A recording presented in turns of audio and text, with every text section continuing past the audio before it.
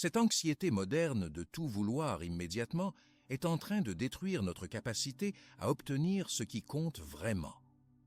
Mais il y a 2000 ans, Épictète, un esclave devenu le plus grand professeur de philosophie de Rome, a révélé un paradoxe brutal. Tu n'obtiens ce que tu désires que lorsque tu arrêtes d'agir comme si ta vie en dépendait. Il a enseigné aux empereurs en utilisant 4 leçons pratiques qui vont à l'encontre de tout ce que la société t'enseigne sur le succès, mais qui peuvent te donner exactement ce que tu cherches désespérément. Abonne-toi à la chaîne, laisse ton like et commente de quelle partie du monde tu regardes, parce que maintenant je vais tout te raconter. As-tu déjà remarqué comment plus tu cours après quelque chose, plus cette chose semble s'éloigner de toi? Cette observation troublante révèle un aspect fondamental de notre époque qui mérite qu'on s'y arrête sérieusement. Nous vivons dans une société où tout doit arriver immédiatement. Tu veux commander quelque chose en ligne? Livraison en 24 heures, parfois même en 2 heures.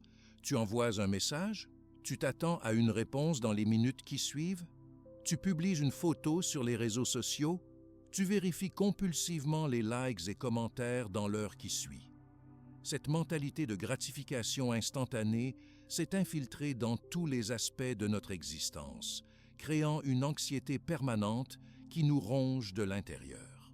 Le problème, c'est que cette impatience chronique nous empêche d'obtenir ce qui compte vraiment dans la vie. Les choses importantes, les relations profondes, la maîtrise d'une compétence, la construction d'une carrière solide, le développement personnel, toutes ces choses nécessitent du temps, de la patience et une capacité à tolérer l'incertitude. Mais nous avons perdu cette capacité. Nous sommes devenus comme des enfants qui veulent leur cadeau de Noël au mois de juin et qui font une crise quand on leur explique qu'il faut attendre.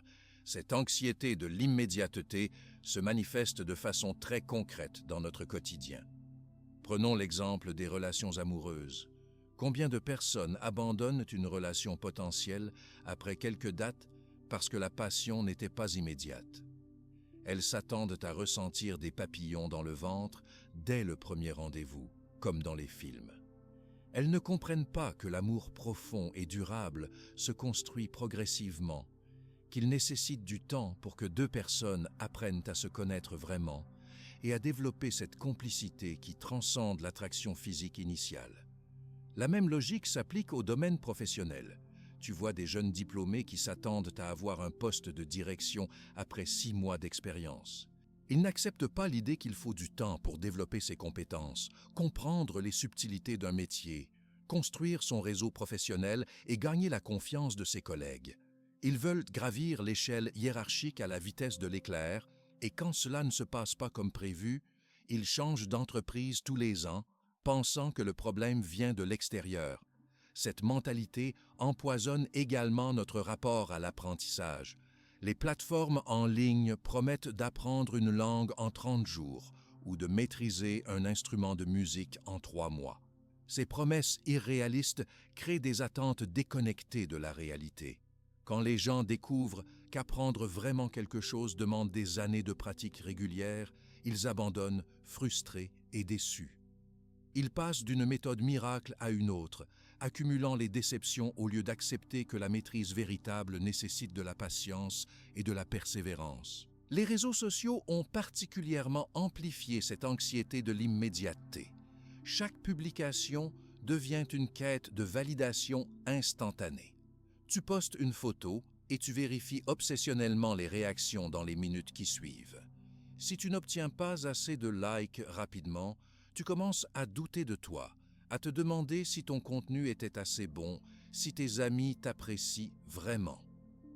Cette logique transforme chaque interaction sociale en une transaction où tu donnes quelque chose en échange d'une gratification immédiate.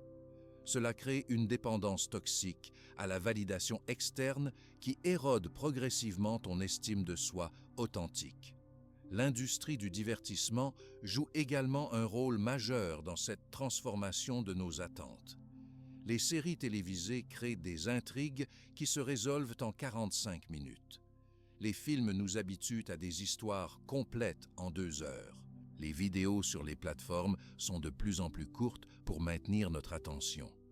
Cette exposition constante à des gratifications rapides reconfigure littéralement notre cerveau, réduisant notre capacité à nous concentrer sur des tâches qui demandent du temps et de la patience. La publicité exploite brillamment cette faiblesse psychologique. Elle nous vend l'illusion que chaque problème a une solution rapide et facile. Tu veux perdre du poids? Voici une pilule magique. Tu veux être riche? Voici une formation qui te promet des résultats en quelques semaines. Tu veux être heureux? Achète ce produit et ta vie sera transformée. Ces messages répétés des milliers de fois finissent par créer un conditionnement profond qui nous fait croire que tout devrait arriver rapidement et sans effort. Le paradoxe, c'est que cette impatience chronique nous éloigne précisément de ce que nous cherchons.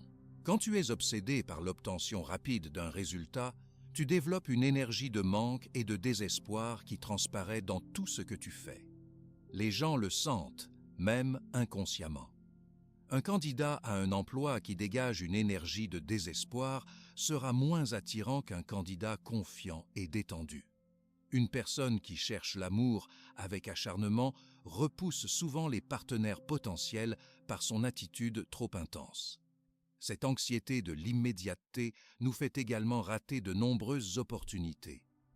Quand tu es focalisé sur un résultat spécifique que tu veux obtenir rapidement, tu deviens aveugle aux possibilités alternatives qui pourraient se présenter. Tu es tellement concentré sur ta vision étroite du succès que tu ne remarques pas les portes qui s'ouvrent à côté de toi. Cette rigidité mentale limite considérablement tes options et réduit tes chances de réussite. L'impatience chronique génère également un niveau de stress permanent qui nuit à ta performance. Quand tu es constamment anxieux à propos des résultats, ton esprit n'est pas libre de fonctionner de manière créative et efficace. Tu prends des décisions hâtives par peur de manquer des opportunités. Tu sabotes tes propres efforts en voulant aller trop vite. Tu brûles tes relations en étant trop pressant ou trop demandeur. Cette mentalité nous fait aussi développer une relation très superficielle avec nos expériences. Au lieu de savourer le processus d'apprentissage ou de croissance, nous sommes uniquement focalisés sur le résultat final. Cela nous prive des joies simples du quotidien et nous maintient dans un état d'insatisfaction permanente. Même quand nous obtenons ce que nous voulions, nous passons rapidement au prochain objectif sans prendre le temps d'apprécier ce que nous avons accompli. L'anxiété de l'immédiateté nous empêche également de développer notre résilience face aux obstacles. Dès que nous rencontrons une difficulté ou un retard, nous paniquons et nous cherchons des raccourcis souvent contre-productifs. Nous n'apprenons pas à voir les obstacles comme des opportunités de croissance, mais comme des ennemis à éliminer rapidement. Cette attitude nous maintient dans un état de fragilité psychologique qui nous rend vulnérables aux aléas de l'existence. La technologie moderne, censée nous simplifier la vie, a en réalité créé de nouvelles formes d'anxiété liées à la vitesse.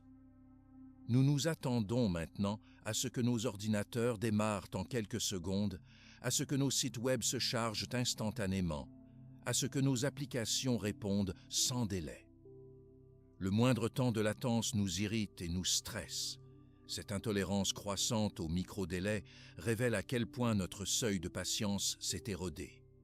Cette transformation de nos attentes a des conséquences profondes sur notre développement personnel. Les qualités qui permettent de réussir à long terme, la patience, la persévérance, la capacité à supporter l'incertitude, l'acceptation des échecs temporaires, toutes ces qualités sont en train de s'atrophier dans notre société.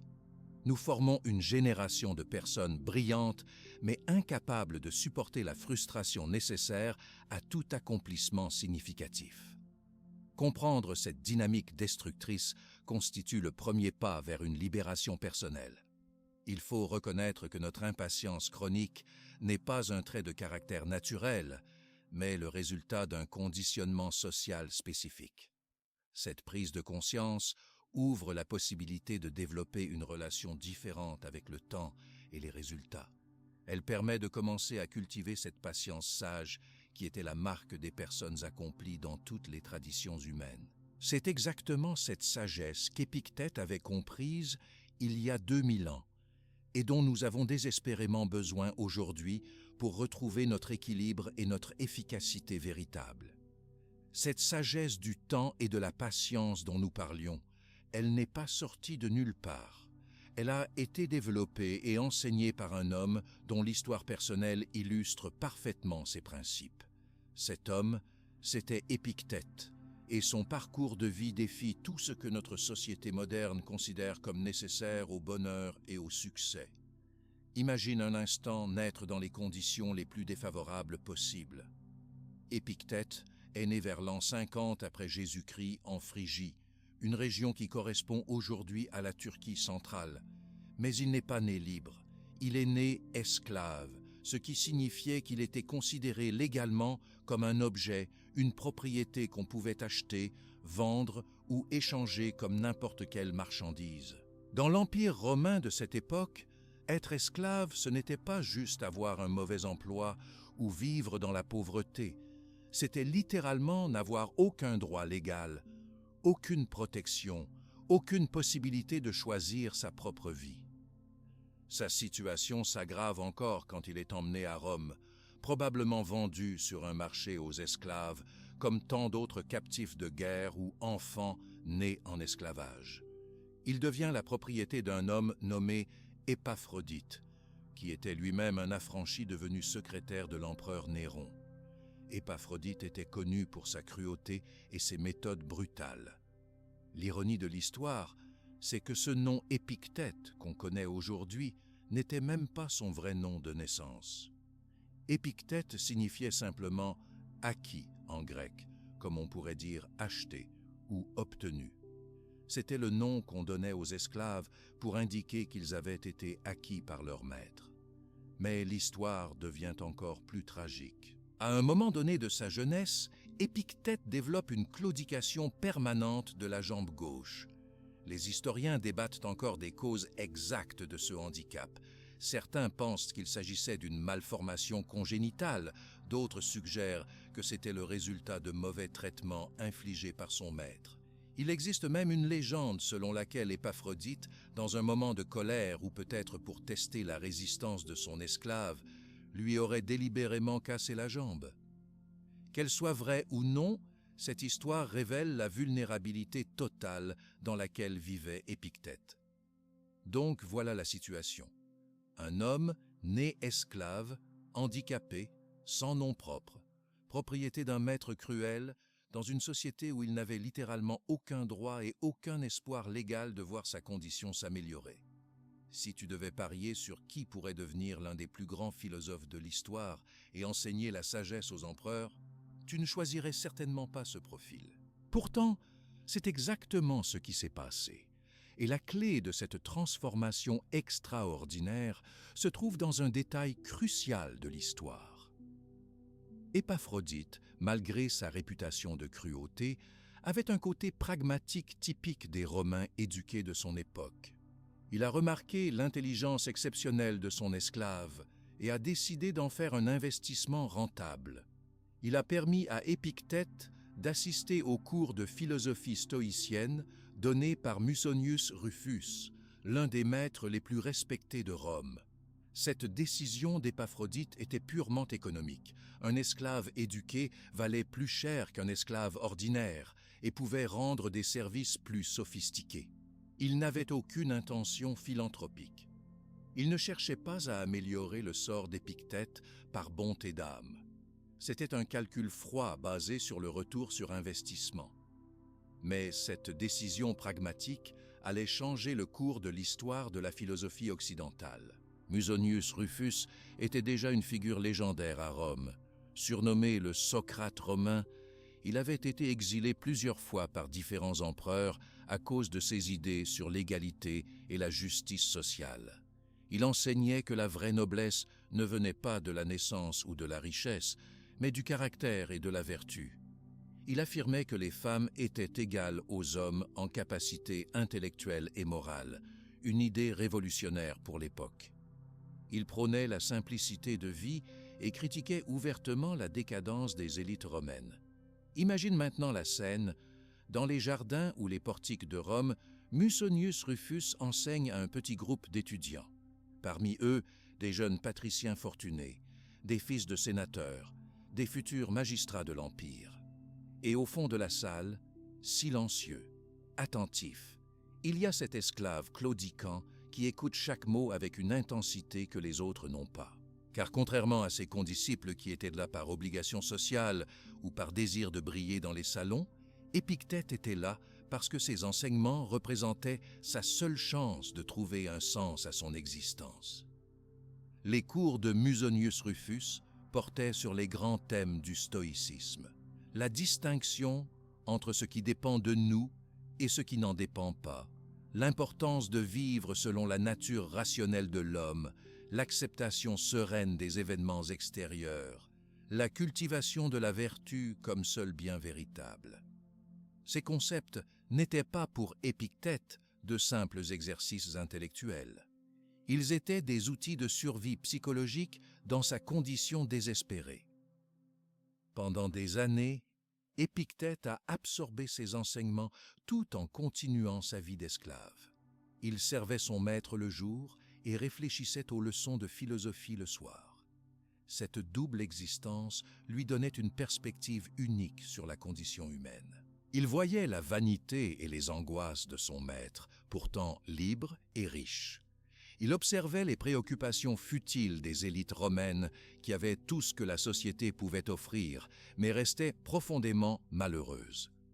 En même temps, il développait une paix intérieure que ni les chaînes ni les humiliations ne pouvaient entamer. La transformation d'Épictète ne s'est pas faite du jour au lendemain. C'était un processus lent et profond de reconstruction de sa vision du monde. Au lieu de se définir par sa condition d'esclave, il a appris à se définir par sa capacité de jugement et de choix moral. Au lieu de se lamenter sur son handicap physique, il a développé une force mentale extraordinaire. Au lieu de haïr son sort, il a cultivé une acceptation active qui lui permettait de rester serein face à l'adversité. Ce qui est fascinant dans son approche, c'est qu'il n'a jamais nié la réalité de sa situation difficile. Il ne pratiquait pas un optimisme béat ou un déni de la réalité. Il reconnaissait pleinement qu'il était esclave, handicapé et soumis au bon vouloir d'un maître capricieux. Mais il a découvert qu'il existait un espace intérieur que personne ne pouvait toucher. Son espace mental, sa capacité de juger les situations, sa liberté de choisir ses attitudes face aux événements. Les autres esclaves de la maison d'Épaphrodite trouvaient probablement Épictète un peu étrange. Pendant qu'eux maudissaient leur sort et rêvaient d'évasion ou de vengeance, lui restait curieusement calme et même joyeux. Il accomplissait ses tâches sans se plaindre, supportait les mauvais traitements sans colère visible et semblait avoir trouvé une source de satisfaction qui échappait complètement à sa condition matérielle. Cette attitude n'était pas de la résignation passive. C'était une stratégie active de préservation de sa dignité humaine et de développement de ses capacités intellectuelles et morales. Il utilisait chaque moment libre pour réfléchir aux enseignements de Musonius, pour observer le comportement humain autour de lui, pour développer sa propre compréhension de la nature humaine et des principes de la sagesse. L'affranchissement d'Épictète arrive finalement, probablement vers l'an 85 après Jésus-Christ. Les circonstances exactes ne sont pas claires. Peut-être Épaphrodite est-il mort et a-t-il libéré ses esclaves dans son testament? Peut-être a-t-il décidé d'affranchir Épictète pour des raisons pratiques.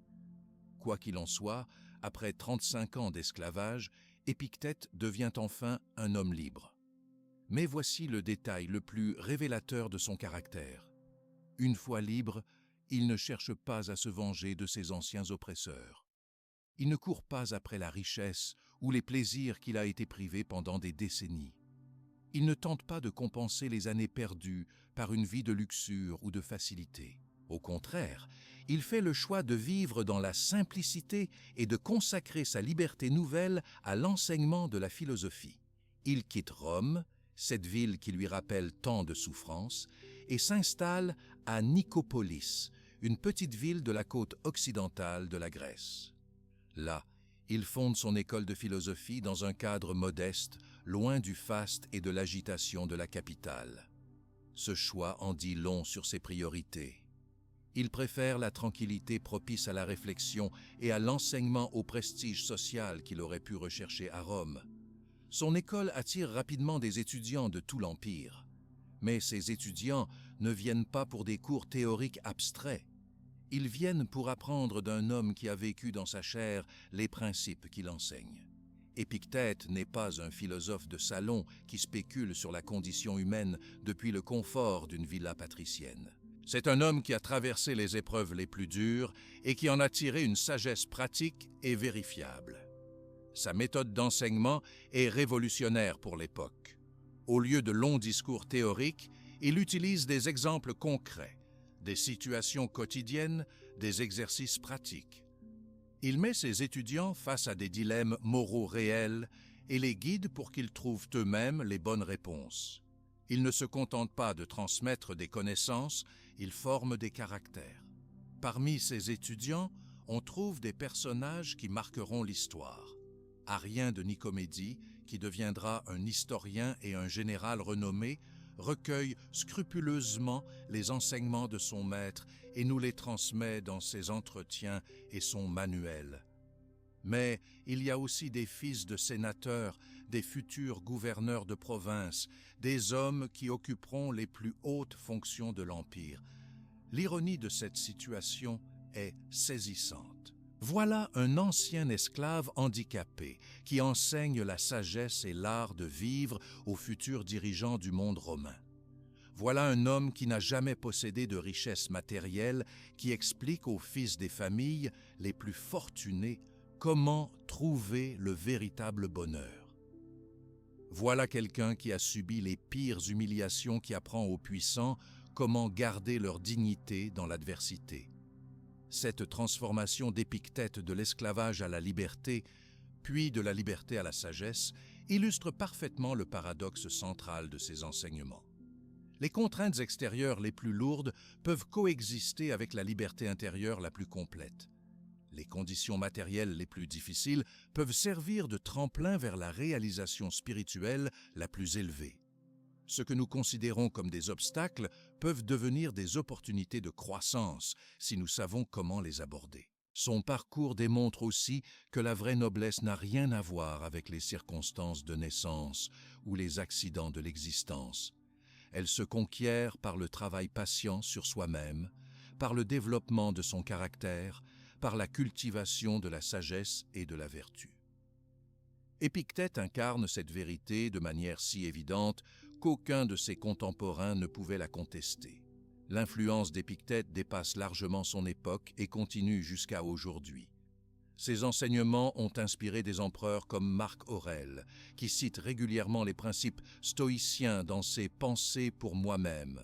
Ils ont nourri la pensée chrétienne primitive, influencé la philosophie moderne et trouvent encore aujourd'hui des échos dans la psychologie cognitive et les thérapies comportementales contemporaines.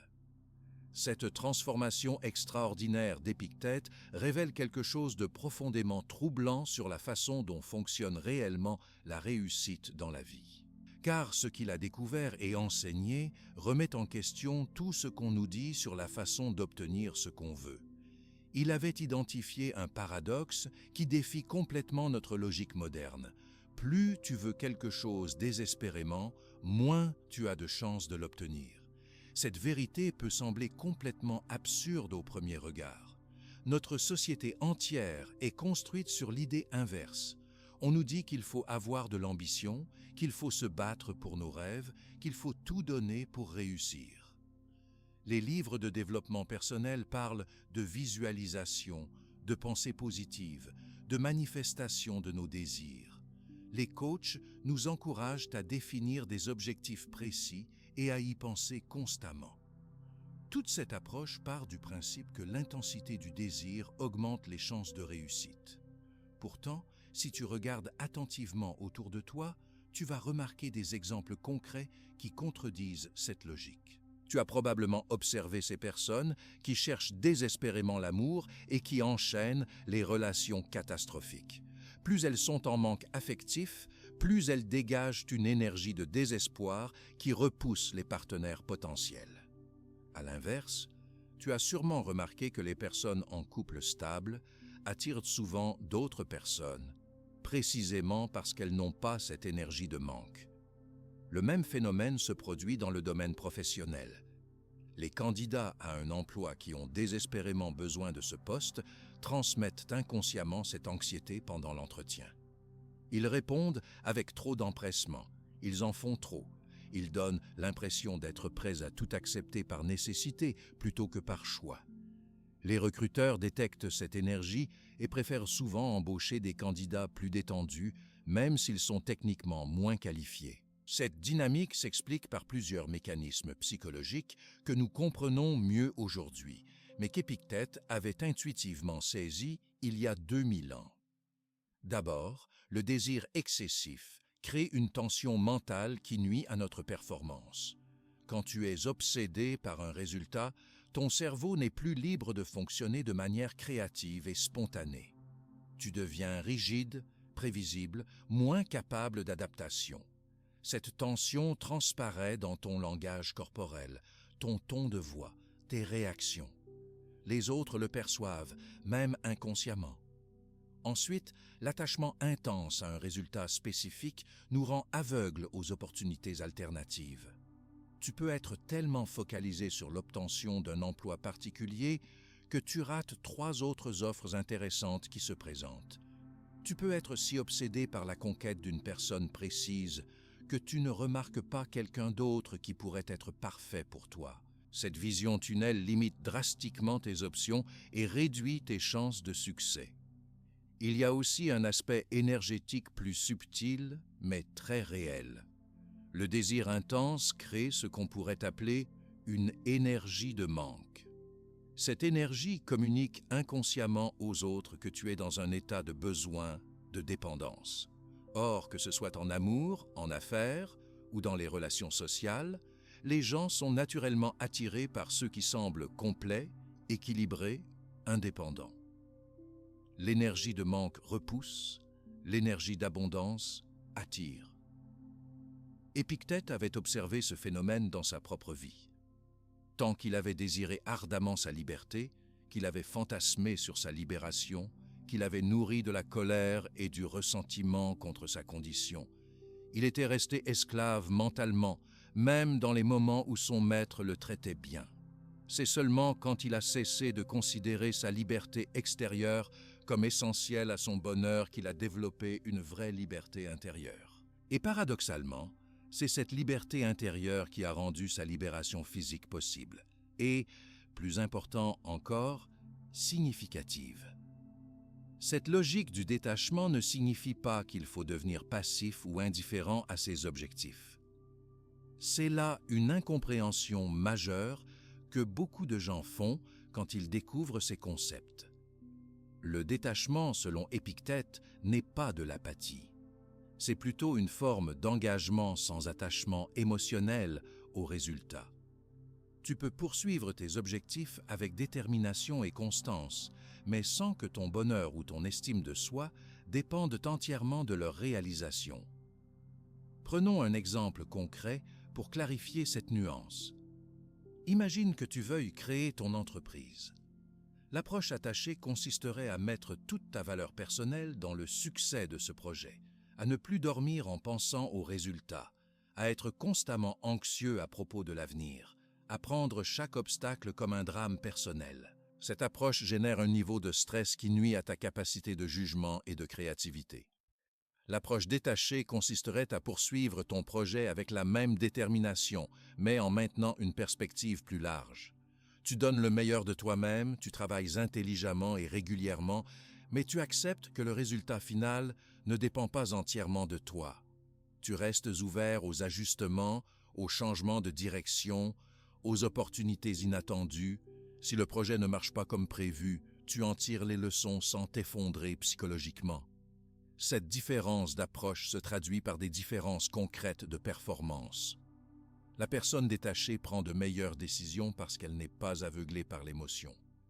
Elle communique mieux avec les clients et partenaires potentiels parce qu'elle ne dégage pas une énergie de désespoir.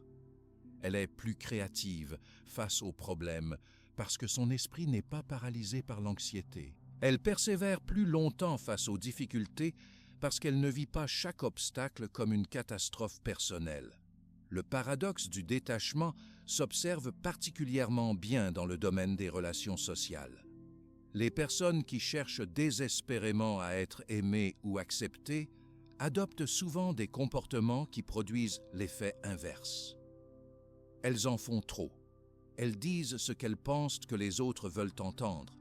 Elles cachent leur vraie personnalité par peur du rejet. Cette inauthenticité est facilement détectable et repousse les autres. À l'inverse, les personnes qui sont à l'aise avec elles-mêmes et qui n'ont pas un besoin désespéré d'approbation externe dégagent une authenticité naturelle qui attire. Elles osent être elles-mêmes, elles expriment leurs opinions sincères, elles ne cherchent pas à plaire à tout le monde. Cette attitude naturelle crée des connexions plus profondes et plus durables. Dans le domaine financier, le même principe s'applique. Les personnes obsédées par l'argent prennent souvent des décisions d'investissement émotionnel qui leur font perdre de l'argent. Elles achètent quand les prix sont hauts par peur de rater une opportunité. Elles vendent quand les prix sont bas par panique. Leur attachement excessif aux gains les rend vulnérables aux manipulations et aux arnaques. Les investisseurs qui réussissent le mieux à long terme sont généralement ceux qui maintiennent une distance émotionnelle avec leurs investissements. Ils ont une stratégie claire, ils s'y tiennent indépendamment des fluctuations à court terme, ils ne laissent ni la cupidité ni la peur dicter leurs décisions. Cette approche détachée leur permet de prendre des décisions plus rationnelles et d'obtenir de meilleurs résultats. Le détachement facilite également l'apprentissage et le développement de compétences. Quand tu es obsédé par les résultats rapides, tu as tendance à abandonner dès que tu rencontres des difficultés. Tu interprètes chaque erreur comme un échec personnel plutôt que comme une étape normale du processus d'apprentissage. Cette attitude limite considérablement ton potentiel de croissance. Quand tu abordes l'apprentissage avec détachement, tu peux te concentrer sur le processus plutôt que sur les résultats immédiats. Tu acceptes que la maîtrise demande du temps et de la pratique. Tu vois les erreurs comme des sources d'information plutôt que comme des humiliations. Cette attitude te permet de progresser plus rapidement et plus loin que si tu étais constamment focalisé sur ta performance du moment. Le détachement améliore aussi tes relations interpersonnelles en réduisant les attentes irréalistes que tu peux avoir envers les autres. Quand tu es attaché à ce que les gens se comportent d'une certaine façon, tu es constamment déçu et frustré. Quand tu acceptes que chacun agisse selon sa propre logique et ses propres priorités, tu peux apprécier les relations pour ce qu'elles sont vraiment, plutôt que pour ce que tu voudrais qu'elles soient. Cette approche ne signifie pas que tu acceptes tout comportement ou que tu n'as pas de limites. Cela signifie simplement que tu ne gaspilles pas ton énergie à essayer de changer les autres ou à être constamment déçu par leurs choix. Tu peux établir des limites claires et prendre des décisions en conséquence sans drama émotionnel excessif. Le détachement libère également une énergie créative considérable.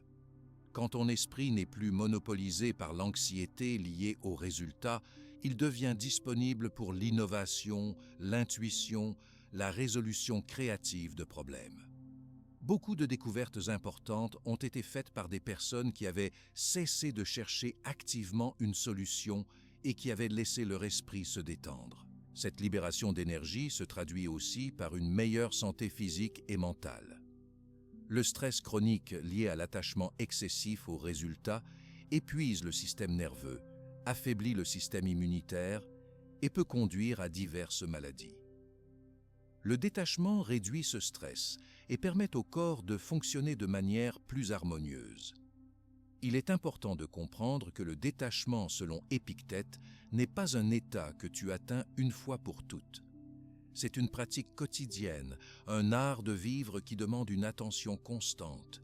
Il est normal de retomber parfois dans l'attachement excessif, surtout face à des enjeux importants. L'objectif n'est pas la perfection, mais le progrès graduel vers plus de sérénité et d'efficacité. Cette pratique du détachement intelligent transforme progressivement ta relation à l'existence. Tu découvres que tu peux être passionné par tes projets sans être esclave de tes désirs. Tu peux t'engager pleinement dans tes relations sans être dépendant des réactions des autres. Tu peux poursuivre tes rêves sans que ton bonheur en dépende entièrement. Cette liberté intérieure ouvre des possibilités que l'attachement compulsif ne permet jamais d'atteindre. Cette liberté intérieure que nous venons de décrire, Épictète ne l'a pas développée par accident ou par intuition. Il l'a construite méthodiquement autour d'un principe fondamental qu'il considérait comme la base de toute sagesse pratique. Ce principe, il l'enseignait dès les premiers jours à ses étudiants, car sans cette compréhension de base, tout le reste demeurait inutile. Il s'agit de la distinction entre ce qui dépend de nous et ce qui n'en dépend pas. Cette idée peut paraître simpliste au premier regard, mais elle révèle en réalité une complexité psychologique que la plupart des gens ne saisissent jamais vraiment. Car si cette distinction semble évidente intellectuellement, la mettre en pratique demande un entraînement mental constant et une vigilance de tous les instants. Commençons par clarifier ce qui dépend réellement de nous. Épictète était très précis sur ce point. Il y a nos jugements, nos opinions sur les événements, nos désirs conscients, nos aversions délibérées et nos actions volontaires. C'est tout. Cette liste peut paraître courte, mais elle contient en réalité tout ce qui détermine notre qualité de vie et notre niveau de bonheur. Nos jugements, d'abord. Tu peux choisir comment interpréter n'importe quelle situation. Si ton patron te critique, tu peux juger que c'est une attaque personnelle injuste ou que c'est une occasion d'apprendre et de t'améliorer. Si tu rates un examen, tu peux décider que cela prouve ton incompétence ou que cela révèle des lacunes spécifiques que tu peux combler. Cette capacité de jugement reste intacte, quelles que soient les circonstances extérieures. Nos désirs et nos aversions viennent ensuite, mais attention, Épictète parlait des désirs conscients et délibérés, pas des pulsions automatiques. Tu ne peux pas contrôler le fait d'avoir envie de chocolat quand tu passes devant une pâtisserie, mais tu peux choisir de cultiver ou non cette envie, de la nourrir mentalement ou de la laisser passer. Tu ne peux pas empêcher la peur de surgir dans une situation dangereuse, mais tu peux décider si tu vas te laisser paralyser par cette peur ou l'utiliser comme information pour agir intelligemment. Tes actions volontaires représentent le troisième domaine de ton contrôle réel. Tu peux choisir ce que tu dis, comment tu te comportes, les efforts que tu fournis, la façon dont tu traites les autres. Même dans les situations les plus contraignantes, il reste toujours une marge de choix dans tes actions, même si cette marge peut être très réduite. Maintenant, regardons ce qui ne dépend pas de nous. Et cette liste est beaucoup plus longue que ce que la plupart des gens imaginent. Tout le reste fait partie de cette catégorie. Les réactions des autres, les événements extérieurs, les résultats de nos efforts, notre corps, notre passé, l'avenir, les conditions économiques, la météo, les décisions politiques, les maladies, les accidents et même nos propres émotions spontanées. Cette dernière partie surprend souvent les gens. Épictète enseignait que nos émotions immédiates ne dépendent pas directement de nous. Si quelqu'un t'insulte, tu vas probablement ressentir de la colère automatiquement. Cette première réaction émotionnelle échappe à ton contrôle direct. Ce qui dépend de toi, c'est ce que tu fais avec cette colère. Est-ce que tu la nourris et la laisses grandir, ou est-ce que tu la reconnais et choisis de ne pas agir sous son influence? Le corps présente un cas particulièrement intéressant. Tu peux influencer ta santé par tes habitudes alimentaires, ton exercice, ton sommeil, mais tu ne contrôles pas directement ton métabolisme, tes prédispositions génétiques ou les maladies qui peuvent te frapper. Épictète, avec son handicap physique, en était un exemple vivant. Il ne pouvait pas changer sa claudication, mais il pouvait choisir comment vivre avec. Cette distinction devient vraiment puissante quand tu commences à l'appliquer aux situations concrètes de ta vie quotidienne. Prenons l'exemple d'un entretien d'embauche. Ce qui dépend de toi, ta préparation, tes réponses, ton attitude, ta ponctualité, ta tenue vestimentaire. Ce qui ne dépend pas de toi, la personnalité du recruteur, ses préférences, les autres candidats, la situation économique de l'entreprise, les critères de sélection non communiqués. Si tu te concentres uniquement sur ce qui dépend de toi, tu arrives à l'entretien serein et confiant. Tu as fait ton travail de préparation, tu vas donner le meilleur de toi-même et c'est tout ce qu'on peut te demander. Le résultat final ne détermine pas ta valeur personnelle parce que tu sais qu'il dépend de nombreux facteurs extérieurs à ton contrôle. En revanche, si tu mélanges les deux catégories, tu vas te mettre une pression énorme sur des éléments que tu ne contrôles pas. Tu vas stresser sur l'impression que tu fais au recruteur, sur les réponses des autres candidats, sur la décision finale. Cette anxiété va nuire à ta performance sur ce qui dépend réellement de toi. Dans les relations amoureuses, cette distinction est encore plus cruciale. Ce qui dépend de toi, ton comportement, ta communication, tes efforts pour maintenir la relation, ton honnêteté, ta fidélité. Ce qui ne dépend pas de toi, les sentiments de l'autre personne, ses choix, ses réactions, son passé, son évolution personnelle.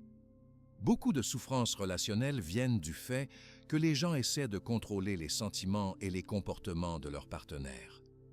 Ils se rendent responsables du bonheur de l'autre ou ils attendent que l'autre soit responsable du leur. Cette confusion génère des conflits permanents et une insatisfaction chronique.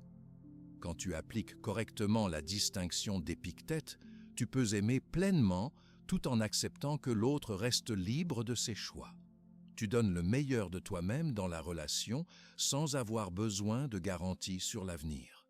Si la relation se termine, tu sais que ce n'est pas forcément parce que tu as mal fait quelque chose. Parfois, les gens changent, évoluent dans des directions différentes, et c'est normal. Dans le domaine professionnel, cette sagesse transforme complètement ton approche du succès.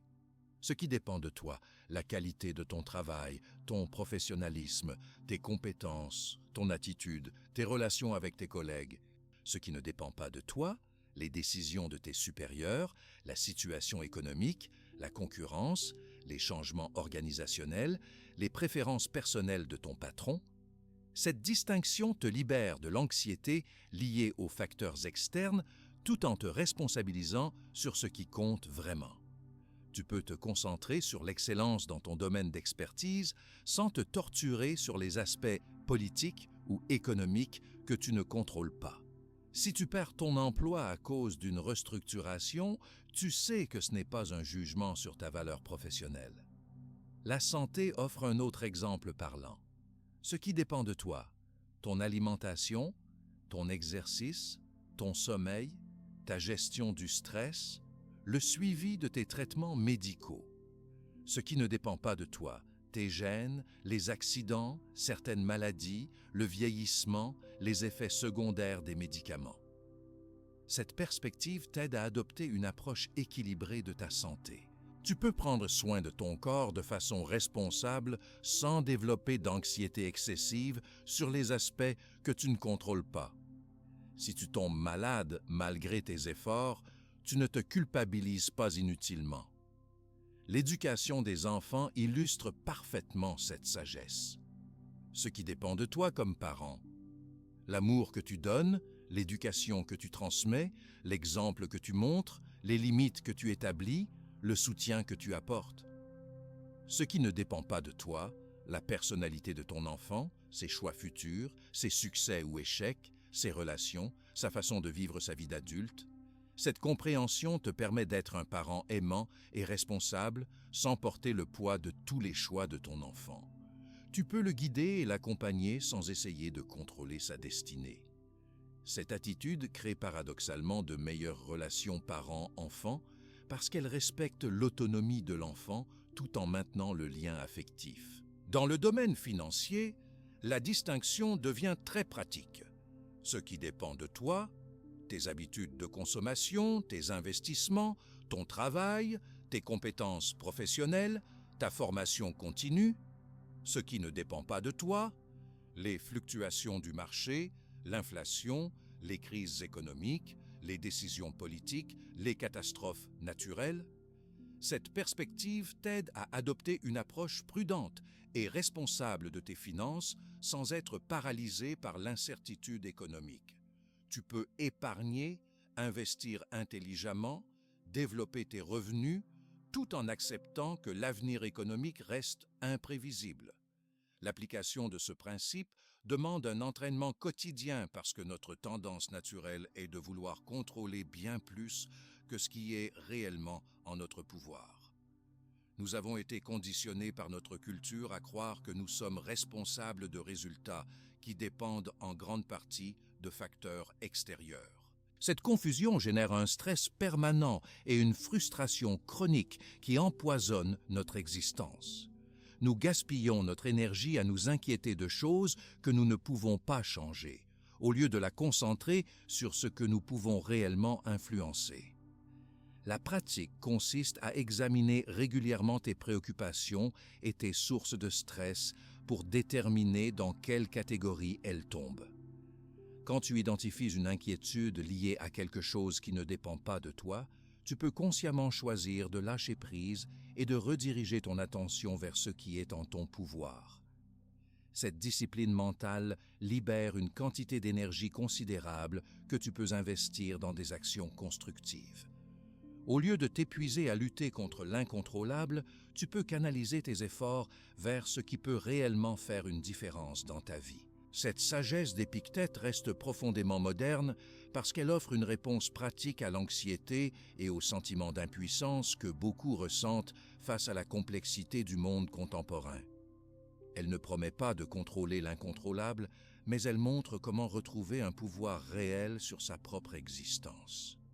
Cette capacité de retrouver un pouvoir réel sur sa propre existence mène naturellement à une nuance psychologique encore plus subtile qu'Épictète enseignait à ses étudiants avancés. Car une fois que tu maîtrises la distinction entre ce qui dépend de toi et ce qui n'en dépend pas, tu découvres rapidement que toutes tes préférences ne se valent pas. Il existe une différence cruciale entre avoir des préférences saines et développer des attachements destructeurs qui peuvent ruiner ta paix intérieure. Cette distinction peut sembler évidente, mais en réalité, la plupart des gens passent leur vie entière sans jamais la comprendre vraiment. Ils confondent constamment leurs préférences légitimes avec des besoins absolus, transformant des désirs normaux en source de souffrance permanente. Épictète avait observé ce phénomène chez les Romains de son époque, et il est encore plus répandu aujourd'hui. Pour comprendre cette nuance, prenons l'exemple de la santé. Il est parfaitement naturel et rationnel de préférer être en bonne santé plutôt que malade. Cette préférence te pousse à adopter de bonnes habitudes alimentaires, à faire de l'exercice, à consulter un médecin quand c'est nécessaire. C'est une préférence constructive qui améliore ta qualité de vie. Mais si tu transformes cette préférence en attachement absolu, tu vas développer une anxiété chronique à propos de ta santé. Tu vas interpréter le moindre symptôme comme une catastrophe. Tu vas passer ton temps à surveiller ton corps, à googler tes symptômes, à t'inquiéter de maladies hypothétiques. Cette obsession va générer un stress qui peut ironiquement nuire à ta santé réelle. La différence entre ces deux approches est fondamentale. Dans le premier cas, tu agis sainement pour préserver ta santé tout en acceptant que tu ne contrôles pas tous les facteurs qui l'influencent. Dans le second cas, tu développes une relation névrotique avec ton corps qui transforme chaque journée en source d'angoisse potentielle. Cette logique s'applique à tous les domaines de l'existence. Préférer avoir de l'argent plutôt qu'être pauvre est rationnel. Cette préférence t'encourage à développer tes compétences, à travailler efficacement, à gérer tes finances intelligemment. Mais si tu transformes cette préférence en obsession, tu vas sacrifier ta santé, tes relations et même ton intégrité morale pour accumuler toujours plus d'argent. Les personnes qui ont développé un attachement maladif à l'argent ne peuvent jamais se détendre et profiter de ce qu'elles ont. Elles vivent dans une anxiété permanente de perdre leur fortune ou de ne pas en gagner assez. Elles évaluent constamment leur valeur personnelle selon leur compte en banque. Cette mentalité les prive du bonheur que l'argent était censé leur apporter. Dans les relations amoureuses, cette distinction devient particulièrement importante. Il est normal de préférer être aimé et de chercher une relation épanouissante. Cette préférence t'incite à développer tes qualités humaines, à être attentif aux autres, à travailler sur tes défauts relationnels. C'est une motivation positive qui peut améliorer ta capacité à créer des liens authentiques. Mais si tu développes un attachement désespéré au fait d'être en couple, tu vas adopter des comportements contre-productifs. Tu vas accepter des relations toxiques par peur de la solitude. Tu vas essayer de contrôler ton partenaire par jalousie excessive. Tu vas perdre ton authenticité en essayant de correspondre à ce que tu penses que l'autre attend. Cette attitude repousse souvent les personnes équilibrées et attire les manipulateurs. La même logique s'applique au succès professionnel. Vouloir réussir dans son travail est une préférence saine qui encourage l'excellence, l'apprentissage constant et le développement de ses compétences. Cette motivation peut te pousser à donner le meilleur de toi-même et à créer de la valeur pour les autres. Mais si tu transformes cette ambition en obsession, tu vas développer une mentalité toxique. Tu vas voir tes collègues uniquement comme des concurrents à éliminer. Tu vas sacrifier ton équilibre personnel pour des objectifs professionnels. Tu vas vivre chaque échec comme une humiliation personnelle. Cette approche génère un stress chronique qui peut nuire à ta performance et à tes relations. Épictète enseignait que la clé pour maintenir cette distinction réside dans la flexibilité mentale. Quand tu as une préférence saine, tu peux poursuivre ton objectif avec détermination tout en restant ouvert à d'autres possibilités. Si les choses ne se passent pas comme prévu, tu peux ajuster ton approche sans t'effondrer émotionnellement. Quand tu as développé un attachement absolu, tu deviens rigide et fragile. Tu ne peux pas concevoir d'alternative à ton plan initial. Le moindre obstacle te paralyse parce que tu as mis toute ta valeur personnelle dans un seul panier. Cette rigidité te rend moins efficace et plus vulnérable aux déceptions. Cette nuance psychologique se manifeste aussi dans la façon dont tu réagis aux compliments et aux critiques. Si tu as une préférence saine pour la reconnaissance, tu apprécies les compliments sans en devenir dépendant.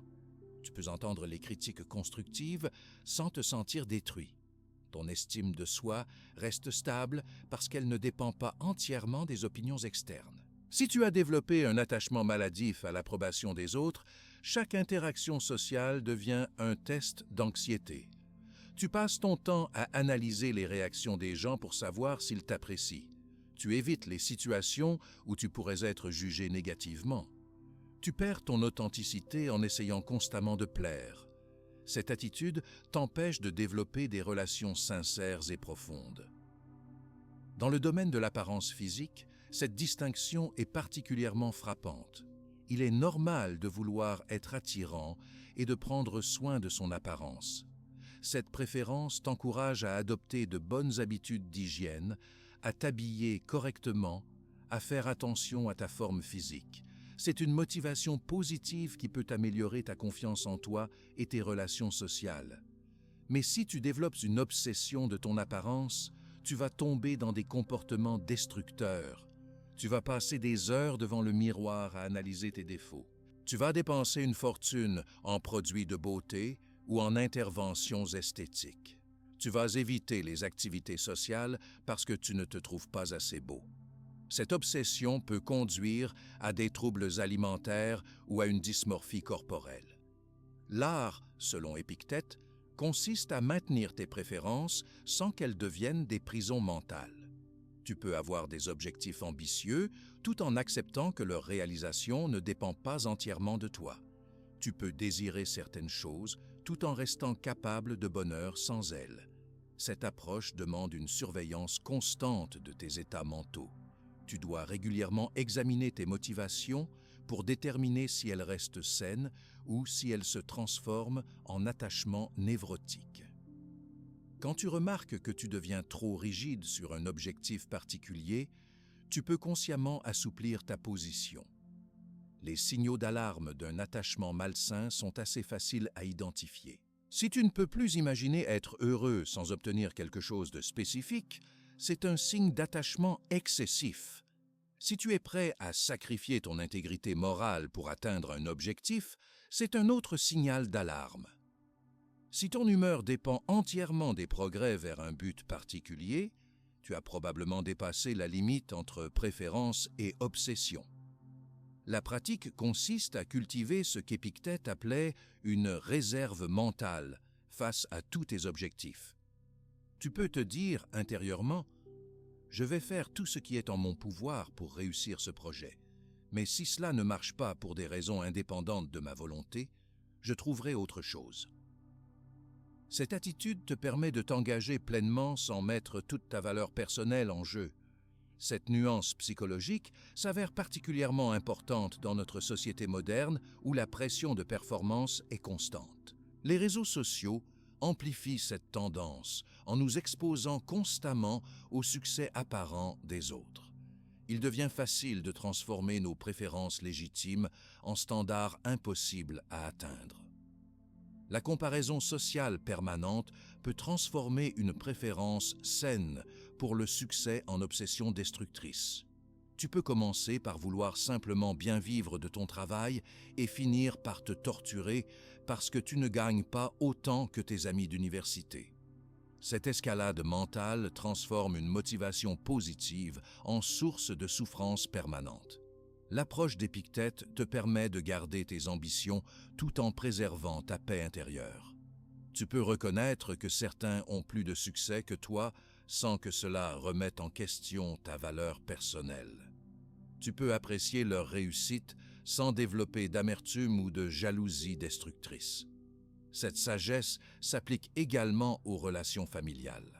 Il est normal de préférer avoir de bonnes relations avec tes parents, tes enfants ou tes frères et sœurs. Cette préférence t'encourage à faire des efforts, à communiquer, à résoudre les conflits de façon constructive. Mais si tu développes un attachement absolu à l'harmonie familiale, tu vas peut-être accepter des comportements inacceptables pour éviter les conflits. Tu vas sacrifier ton bien-être personnel pour maintenir une paix artificielle. Tu vas te rendre responsable des choix et des émotions des autres membres de ta famille. L'approche équilibrée consiste à faire ton possible pour maintenir de bonnes relations, tout en acceptant que chaque personne reste libre de ses choix. Tu peux exprimer ton amour et tes limites clairement sans essayer de contrôler les réactions des autres. Cette pratique de la préférence sans attachement libère une énergie créative considérable. Quand tu n'es plus paralysé par la peur de l'échec, tu peux prendre des risques calculés et explorer de nouvelles possibilités. Quand tu ne dépends plus de résultats spécifiques pour ton bonheur, tu peux expérimenter et innover sans craindre les conséquences. Cette liberté mentale te permet aussi de mieux apprécier ce que tu as déjà. Au lieu d'être constamment focalisé sur ce qui te manque, tu peux reconnaître et savourer les bonnes choses présentes dans ta vie. Cette gratitude naturelle améliore ton bien-être général et te rend plus attirant pour les autres. L'art de la préférence sans attachement représente finalement une forme de maturité émotionnelle qui permet de naviguer dans la complexité de l'existence moderne sans perdre son équilibre intérieur. Cette sagesse reste accessible à tous ceux qui acceptent de faire le travail d'observation et d'ajustement de leurs attitudes mentales. Cette maturité émotionnelle dont nous parlions ouvre naturellement la voie à un concept encore plus radical dans l'enseignement d'Épictète. Car une fois que tu maîtrises l'art de préférer sans t'attacher, tu te retrouves face à un défi beaucoup plus concret. Que faire quand la réalité ne correspond pas à tes préférences? C'est là qu'intervient ce qu'Épictète appelait l'acceptation active, un principe qui bouleverse complètement notre façon habituelle de réagir face aux obstacles. La plupart des gens comprennent mal ce qu'Épictète entendait par acceptation. Ils imaginent une forme de résignation passive, une capitulation face aux difficultés, un abandon de tout effort pour améliorer sa situation. Cette interprétation est complètement fausse et dangereuse. L'acceptation, selon Épictète, n'a rien à voir avec la passivité ou l'abandon. C'est au contraire une stratégie active de transformation personnelle qui libère une énergie considérable pour l'action constructive. Pour comprendre cette nuance cruciale, il faut d'abord saisir pourquoi la résistance mentale à ce qui existe déjà constitue un gaspillage d'énergie monumental. Imagine que tu sois pris dans un embouteillage sur l'autoroute. Tu peux passer ton temps à rager contre cette situation, à insulter les autres conducteurs, à klaxonner inutilement, à changer constamment de voie dans l'espoir illusoire d'aller plus vite. Toute cette agitation ne changera rien à la situation, mais elle va te mettre dans un état de stress et de colère qui va empoisonner le reste de ta journée. L'acceptation active consiste à reconnaître immédiatement la réalité de l'embouteillage et à rediriger ton énergie vers ce que tu peux réellement faire dans cette situation. Tu peux en profiter pour écouter de la musique, appeler un ami, réfléchir à tes projets ou simplement te détendre. Tu peux aussi ajuster tes plans pour la suite de ta journée en fonction du retard probable.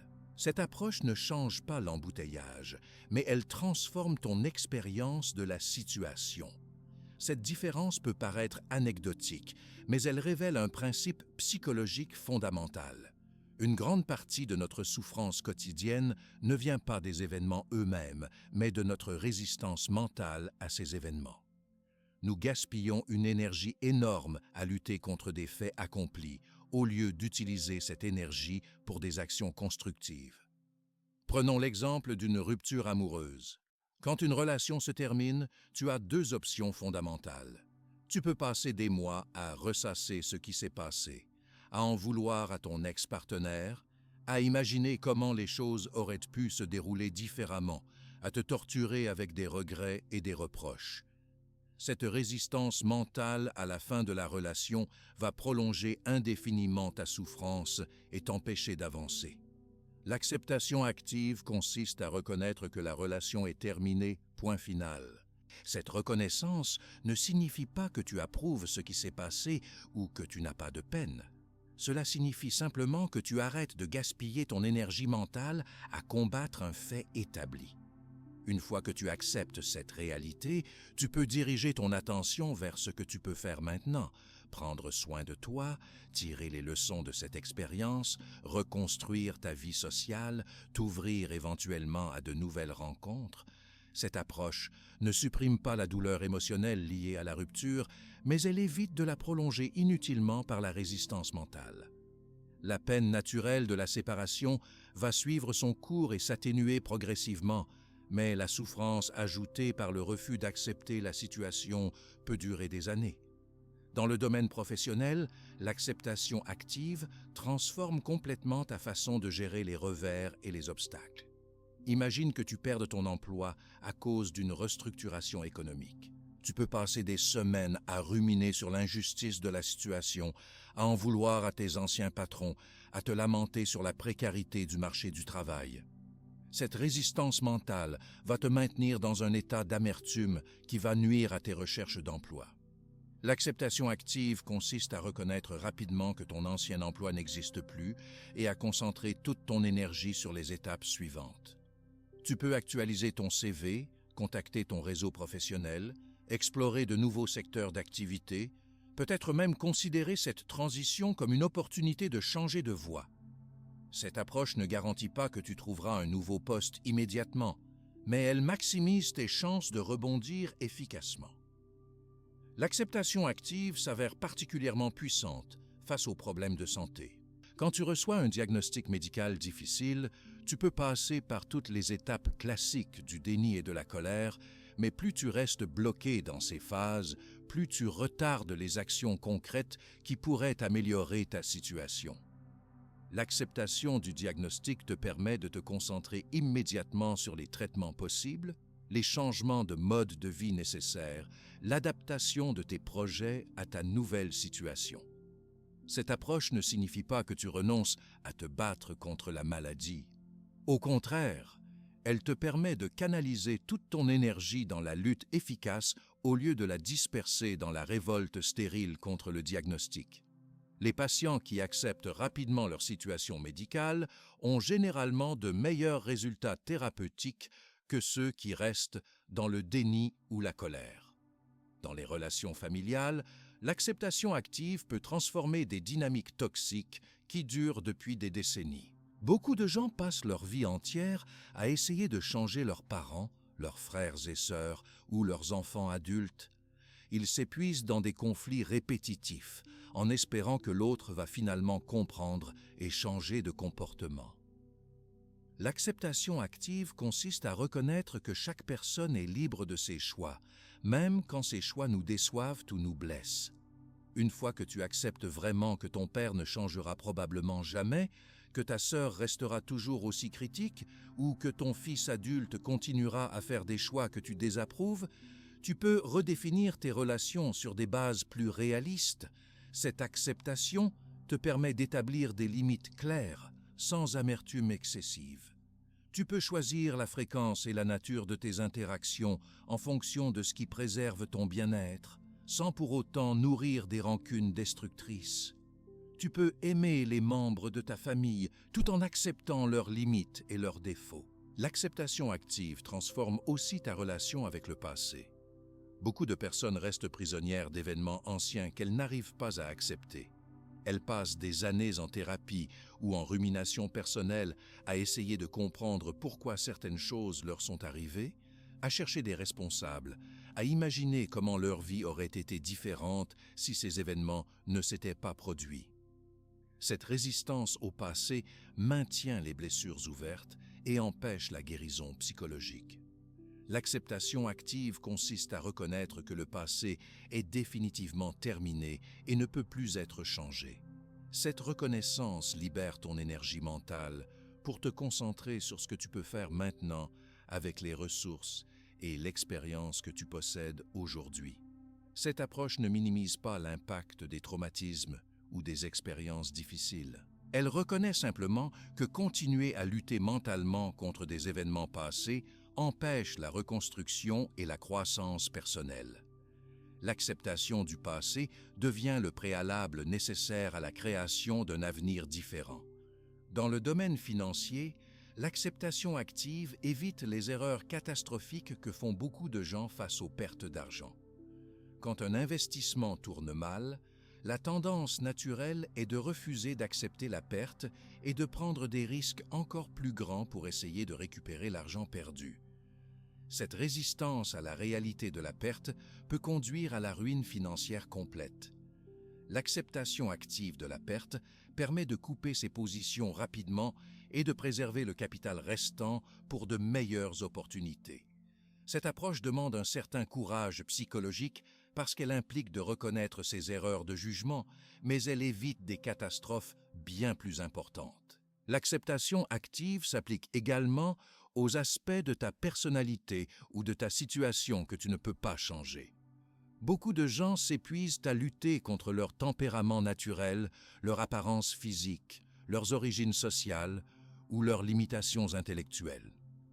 Cette résistance à soi-même génère une insatisfaction chronique et empêche de développer les potentiels réels qui existent.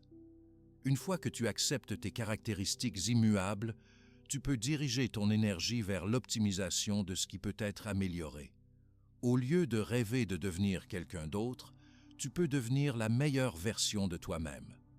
Cette approche réaliste mais positive libère une créativité et une motivation authentiques.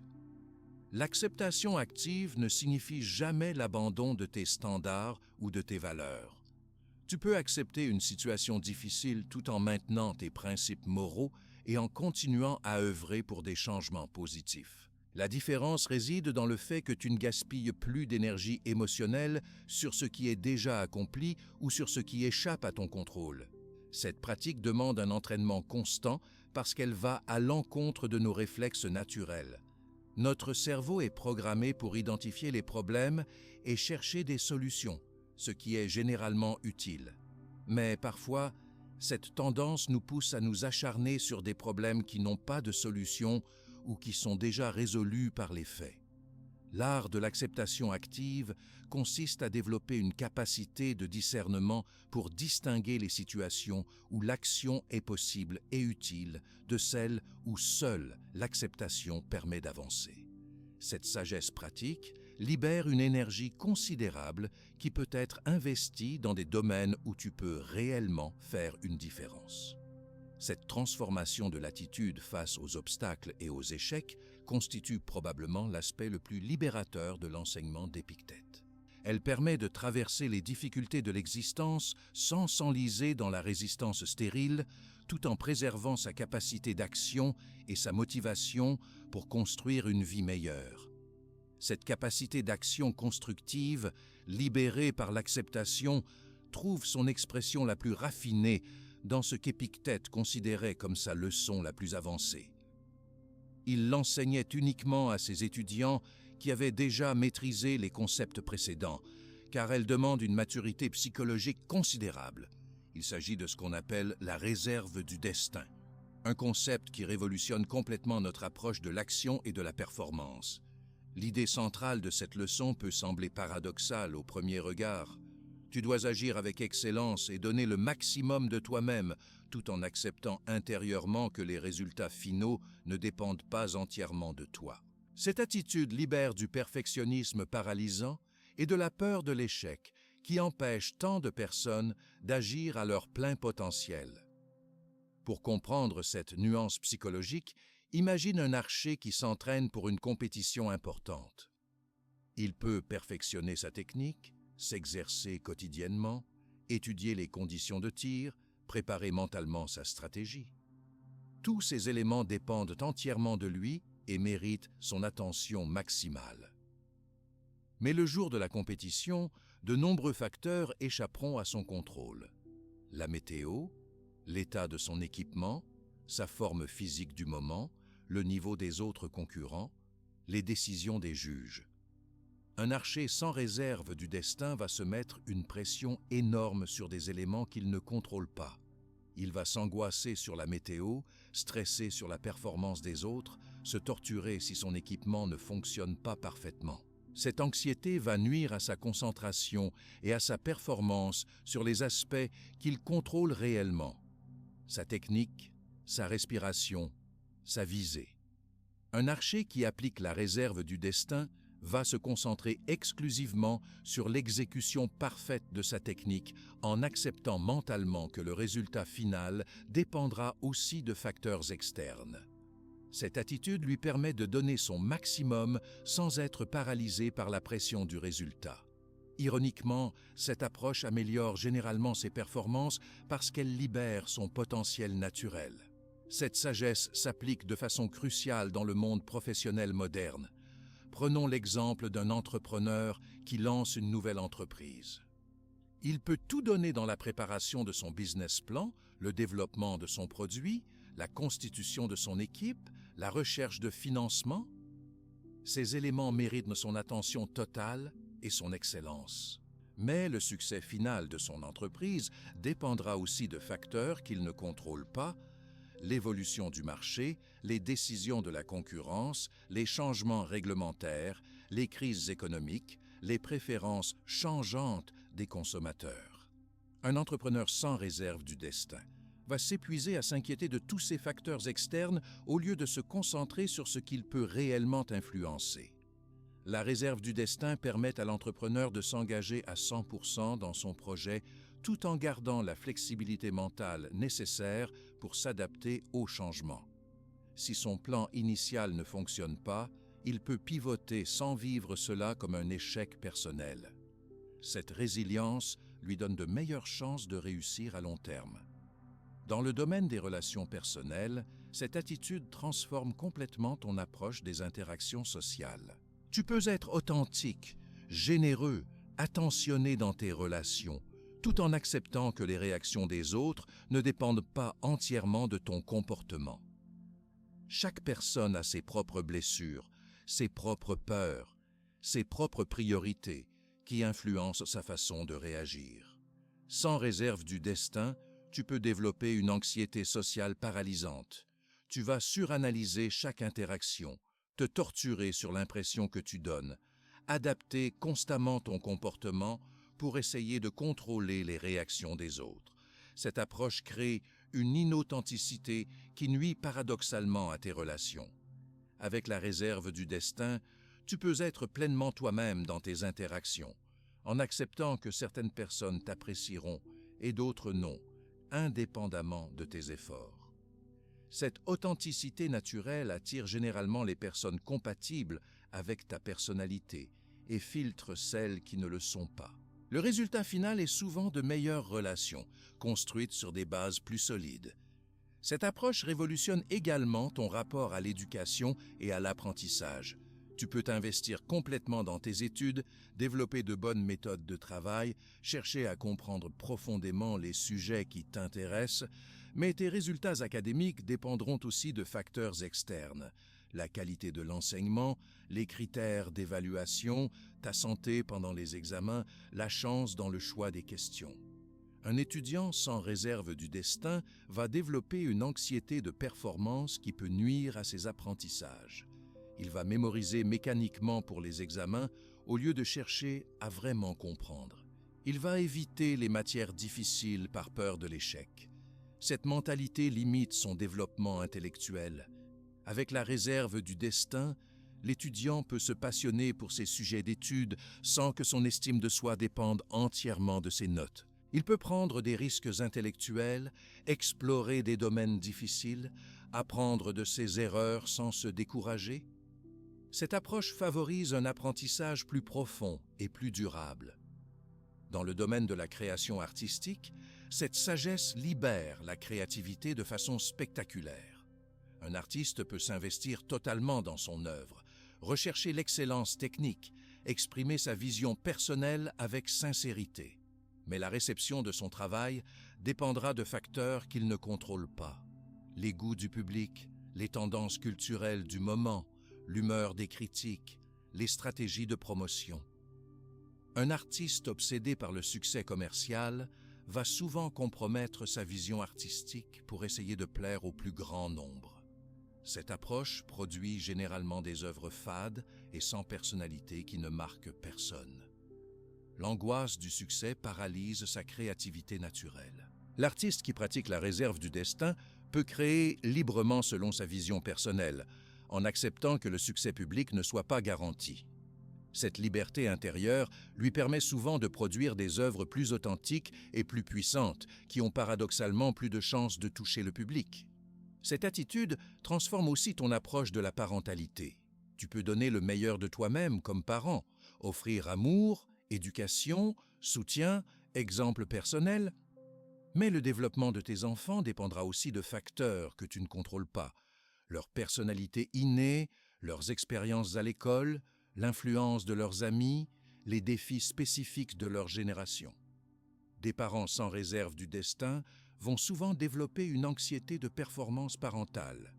Ils vont surcontrôler leurs enfants, s'effondrer à chaque difficulté scolaire ou sociale, prendre personnellement tous les choix de leur progéniture.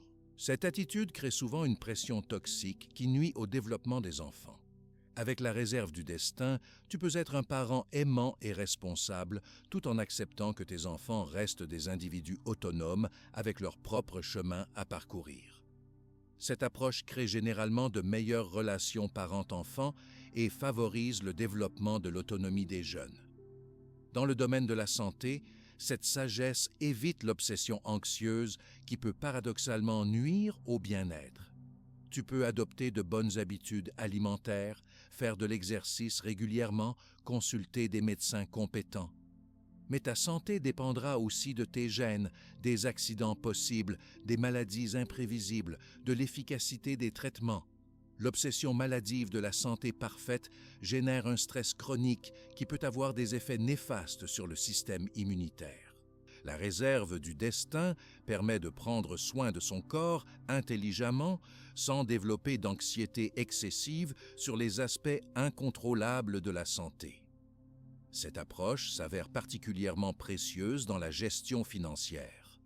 Tu peux travailler dur, développer tes compétences, épargner régulièrement, investir prudemment, Mais ta situation financière dépendra aussi de facteurs économiques généraux, des évolutions technologiques de ton secteur, des décisions politiques, des crises imprévisibles.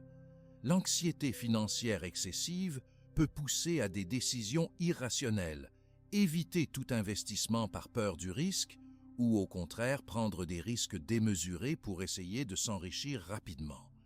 La réserve du destin permet une approche équilibrée qui maximise les chances de sécurité financière à long terme. Cette sagesse aide également dans la gestion des projets complexes qui impliquent plusieurs personnes. Tu peux organiser parfaitement ton travail, communiquer clairement tes attentes, motiver ton équipe, mais le succès du projet dépendra aussi de la collaboration des autres, des contraintes externes, des changements de priorités organisationnelles. Un chef de projet sans réserve du destin va souvent développer une mentalité de micromanagement qui démotive son équipe. Il va s'épuiser à essayer de contrôler tous les détails au lieu de se concentrer sur son rôle de coordination et de facilitation. Avec la réserve du destin, tu peux diriger efficacement tout en acceptant que certains éléments échappent à ton contrôle direct. Cette approche crée généralement une meilleure dynamique d'équipe et de meilleurs résultats collectifs. L'application pratique de cette sagesse demande un entraînement mental régulier. Il faut développer l'habitude de se poser régulièrement la question. Dans cette situation, qu'est-ce qui dépend vraiment de moi et sur quoi dois-je concentrer mon énergie? Cette clarification permet d'éviter le gaspillage d'énergie sur les facteurs incontrôlables. Cette pratique libère progressivement d'une pression de performance souvent contre-productive. Tu découvres que tu peux t'engager pleinement dans tes projets sans que ton bonheur personnel dépende entièrement de leurs résultats. Cette liberté intérieure améliore généralement tes performances parce qu'elle te permet d'agir avec plus de fluidité et de créativité. La réserve du destin représente finalement une forme de sagesse pratique qui concilie l'excellence dans l'action avec la sérénité face aux résultats. Cette approche permet de donner le meilleur de soi-même sans être détruit par les aléas de l'existence, cultivant une forme de résilience qui reste accessible quelles que soient les circonstances. Cette résilience accessible dont parlait Épictète devient encore plus frappante quand on réalise à quel point notre époque nous pousse dans la direction exactement opposée. Car si nous regardons honnêtement les messages que nous recevons quotidiennement de notre société, nous découvrons qu'ils contredisent systématiquement chacun des principes que nous venons d'explorer. Cette contradiction n'est pas accidentelle. Elle est le résultat d'un système économique et culturel qui a besoin de nous maintenir dans l'insatisfaction permanente pour fonctionner. Commençons par examiner comment notre société consumériste nous enseigne exactement l'inverse de la sagesse stoïcienne. Là où Épictète enseignait que le bonheur vient de l'intérieur et ne dépend pas des possessions matérielles, notre culture nous bombarde quotidiennement de messages qui nous disent que nous serons heureux dès que nous aurons acheté le bon produit. Cette contradiction n'est pas subtile, elle est omniprésente et agressive. Pense à la publicité moderne. Chaque message publicitaire repose sur une promesse implicite. Ce produit va transformer ta vie. Cette nouvelle voiture va te donner confiance en toi. Ce vêtement va te rendre attirant. Ce smartphone va t'ouvrir des opportunités. Cette crème va te rajeunir. Ces messages répétés des milliers de fois créent un conditionnement profond qui nous fait croire que notre valeur personnelle dépend de ce que nous possédons. Cette logique consumériste s'oppose directement à l'enseignement d'Épictète selon lequel notre bien-être dépend de notre caractère, de nos jugements et de notre sagesse intérieure. La publicité nous encourage à chercher à l'extérieur ce que nous devons développer à l'intérieur. Elle cultive délibérément le sentiment de manque et d'insatisfaction qui était pour Épictète la source principale de nos souffrances. L'industrie de la mode illustre parfaitement cette manipulation. Elle fonctionne en créant artificiellement de l'obsolescence esthétique. Tes vêtements de l'an dernier ne sont pas usés. Ils ne sont plus à la mode. Cette logique te pousse à renouveler constamment ta garde-robe, non pas par nécessité pratique, mais par peur du jugement social. Tu deviens dépendant de la validation externe que procure le fait d'être bien habillé selon les critères du moment. Cette dépendance à la mode s'étend bien au-delà des vêtements. Il y a une mode des voitures, des téléphones, des loisirs, même des modes de vie. Chaque secteur économique a intérêt à te faire croire que ton modèle actuel est dépassé et qu'il te faut absolument le dernier modèle pour rester dans la course sociale. Les réseaux sociaux amplifient cette tendance de façon exponentielle. Ils créent une vitrine permanente où chacun expose sa vie idéalisée, encourageant la comparaison constante et l'insatisfaction de sa propre situation. Instagram te montre les vacances de rêve des autres, LinkedIn leur succès professionnel, Facebook leur moment de bonheur familial. Cette exposition permanente aux aspects positifs de la vie des autres crée une pression sociale énorme pour maintenir une image de réussite. Cette dynamique va exactement à l'encontre de l'enseignement d'Épictète sur le détachement de l'opinion d'autrui. Au lieu de développer une estime de soi basée sur nos propres valeurs et nos propres progrès, nous sommes encouragés à construire notre identité sur la base de la reconnaissance sociale. Chaque publication devient une quête de validation externe sous forme de likes, commentaires et partages. Le système éducatif moderne participe aussi à cette contradiction. Malgré quelques discours sur l'épanouissement personnel, l'école fonctionne essentiellement sur la compétition et la comparaison. Dès le plus jeune âge, les enfants apprennent que leur valeur se mesure par rapport aux autres, par leurs notes, leur classement, leurs performances relatives. Cette logique compétitive prépare mal au détachement sage qu'enseignait Épictète. L'éducation moderne privilégie l'acquisition de connaissances factuelles et de compétences techniques au détriment du développement du caractère et de la sagesse pratique. Un étudiant peut sortir de l'université avec un diplôme brillant, mais sans aucune formation sur la gestion de ses émotions, la construction de relations saines ou la recherche du sens dans l'existence. Cette lacune le laisse vulnérable aux manipulations consuméristes et aux troubles psychologiques de l'âge adulte. Le monde professionnel continue cette logique de performance externe. La réussite se mesure par le salaire, le titre, la taille du bureau, les avantages sociaux. Cette définition matérielle du succès encourage les gens à sacrifier leur équilibre personnel, leurs relations et même leur santé pour obtenir des marqueurs sociaux de réussite. Cette course effrénée génère un stress chronique et une insatisfaction permanente, exactement ce contre quoi mettait en garde Épictète. Les entreprises modernes exploitent souvent cette course au statut en créant des hiérarchies complexes avec de multiples niveaux et titres.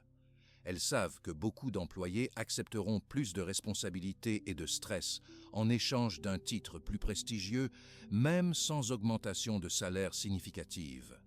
Cette manipulation exploite notre besoin de reconnaissance sociale au détriment de notre bien-être réel. La culture de l'urgence moderne s'oppose aussi directement à la patience sage qu'enseignait Épictète. Tout doit être immédiat. Les livraisons, les réponses aux messages, les résultats des projets, les gratifications personnelles. Cette accélération permanente empêche le développement de la patience et de la persévérance nécessaires pour construire quelque chose de durable et de significatif. Cette culture de l'immédiateté s'observe particulièrement dans le domaine du divertissement. Les films deviennent de plus en plus spectaculaires pour capter notre attention diminuée. Les séries se multiplient pour satisfaire notre besoin de stimulation constante. Les jeux vidéo sont conçus pour créer une dépendance par des récompenses fréquentes et artificielles. Cette surstimulation permanente réduit notre capacité à apprécier les plaisirs simples et la tranquillité que valorisait Épictète. Le secteur du développement personnel lui-même a été contaminé par cette logique consumériste. Au lieu d'enseigner la sagesse patiente d'Épictète, il vend souvent des solutions miracles. Comment devenir riche rapidement? Comment trouver l'amour en 10 étapes? Comment être heureux en 30 jours?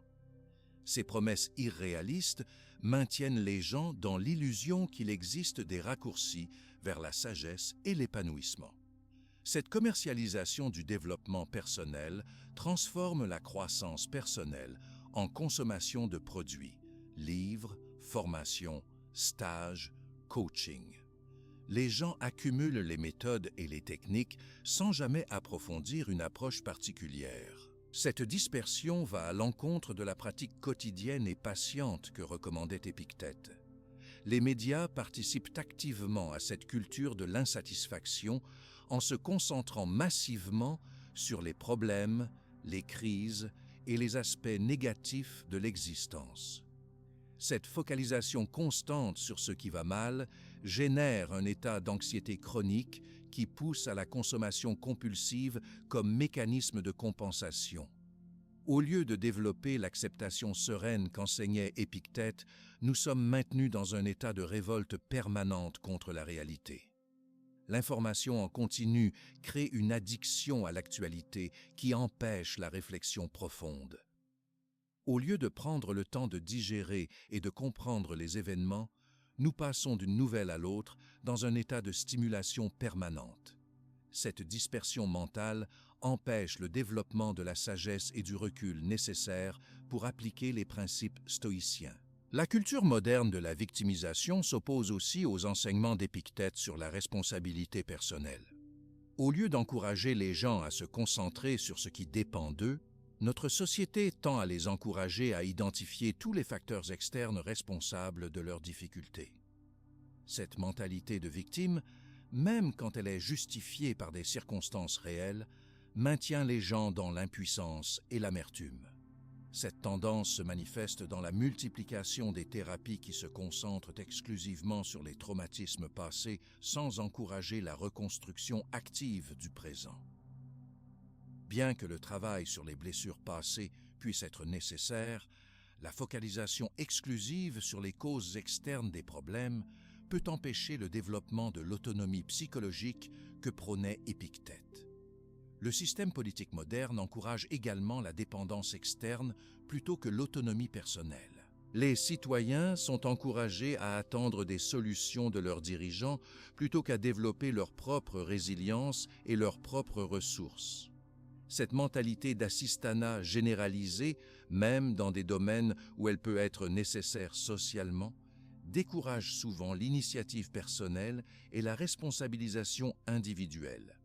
La médicalisation excessive de la souffrance humaine participe aussi à cette dépendance externe. Au lieu d'apprendre à gérer naturellement les difficultés normales de l'existence, nous sommes encouragés à chercher des solutions pharmaceutiques pour chaque inconfort émotionnel. Cette approche empêche le développement de la résilience naturelle et de la sagesse pratique qu'enseignait Épictète. Même le secteur de la santé et du fitness a été contaminé par cette logique consumériste. Au lieu d'encourager une approche équilibrée et durable de la forme physique, l'industrie vend des transformations rapides et spectaculaires. Les régimes miracles, les programmes d'exercices extrêmes, les suppléments magiques maintiennent les gens dans l'illusion qu'il existe des raccourcis vers la santé et le bien-être physique. Cette commercialisation de la santé crée une relation névrotique avec le corps qui s'oppose à l'acceptation sereine de nos limites physiques qu'enseignait Épictète. Au lieu de prendre soin de notre corps avec sagesse et patience, nous sommes poussés vers une quête obsessionnelle de la perfection physique qui génère souvent plus de stress que de bien-être réel. Reconnaître ces influences contradictoires constitue le premier pas vers une libération personnelle. Il devient possible de développer une résistance consciente aux messages toxiques de notre époque et de cultiver progressivement les valeurs authentiques et durables qu'enseignait Épictète. Cette prise de conscience permet de retrouver une autonomie psychologique dans un environnement culturel qui pousse constamment vers la dépendance externe et l'insatisfaction chronique. Cette autonomie psychologique que nous venons d'évoquer trouve sa véritable expression quand on comprend comment traduire concrètement les enseignements d'Épictète dans les situations réelles de notre époque. Car ces principes ne sont pas des concepts abstraits destinés à rester dans les livres de philosophie, Ils sont des outils pratiques qui peuvent transformer radicalement ta façon de naviguer dans le monde moderne. Commençons par le domaine des relations personnelles, où la sagesse d'Épictète révèle toute sa puissance pratique. Dans tes interactions quotidiennes, tu peux appliquer immédiatement la distinction entre ce qui dépend de toi et ce qui n'en dépend pas. Quand tu es en conflit avec quelqu'un, au lieu de t'épuiser à essayer de changer son opinion ou son comportement, tu peux te concentrer uniquement sur ta propre réaction et tes propres actions. Prenons l'exemple d'une dispute avec ton conjoint. Ce qui dépend de toi, ton ton de voix, tes mots, ton attitude d'écoute, ta capacité à reconnaître tes torts, tes efforts pour comprendre le point de vue de l'autre. Ce qui ne dépend pas de toi, l'humeur de ton partenaire, ses réactions émotionnelles, sa volonté de faire des compromis, son passé qui influence ses réactions. Cette clarification change complètement ta façon d'aborder le conflit. Au lieu de te battre pour avoir raison ou pour forcer l'autre à changer d'avis, tu peux te concentrer sur une communication authentique et respectueuse. Tu exprimes clairement tes besoins et tes limites, sans essayer de contrôler la réponse de l'autre. Cette approche désamorce souvent les conflits, parce qu'elle élimine la dimension de lutte de pouvoir qui envenime la plupart des disputes relationnelles. Dans tes relations familiales, cette sagesse devient particulièrement libératrice. Si tu as des parents critiques ou des frères et sœurs difficiles, tu peux cesser de gaspiller ton énergie à essayer de les changer ou de gagner leur approbation. Tu peux être aimant et respectueux tout en protégeant ton bien-être émotionnel. Tu choisis la fréquence et la nature de tes interactions en fonction de ce qui préserve ta paix intérieure. Cette approche ne signifie pas que tu deviens indifférent ou que tu coupes tous les liens. Cela signifie que tu établis des limites saines basées sur la réalité de la situation plutôt que sur tes espoirs irréalistes de changement. Tu peux aimer ta famille tout en acceptant ses limitations et ses défauts. Au travail, l'application pratique de ces principes transforme complètement ton expérience professionnelle. Face à un patron difficile ou à des collègues toxiques, tu peux te concentrer sur l'excellence de ton propre travail sans te laisser affecter par les dysfonctionnements de ton environnement. Tu fais ce qui dépend de toi avec professionnalisme et intégrité, sans te rendre responsable de la mauvaise gestion ou des conflits qui t'entourent. Cette attitude te protège du burn-out parce qu'elle évite l'épuisement émotionnel lié aux tentatives futiles de contrôler des situations qui ne dépendent pas de toi. Tu peux donner le maximum dans ton domaine de compétences tout en gardant un détachement sain face aux aspects politiques ou dysfonctionnels de ton organisation. Quand tu cherches un nouveau travail, tu peux appliquer la réserve du destin en préparant tes candidatures avec soin, en développant tes compétences, en soignant ton réseau professionnel, tout en acceptant que l'obtention d'un poste spécifique dépende de nombreux facteurs externes.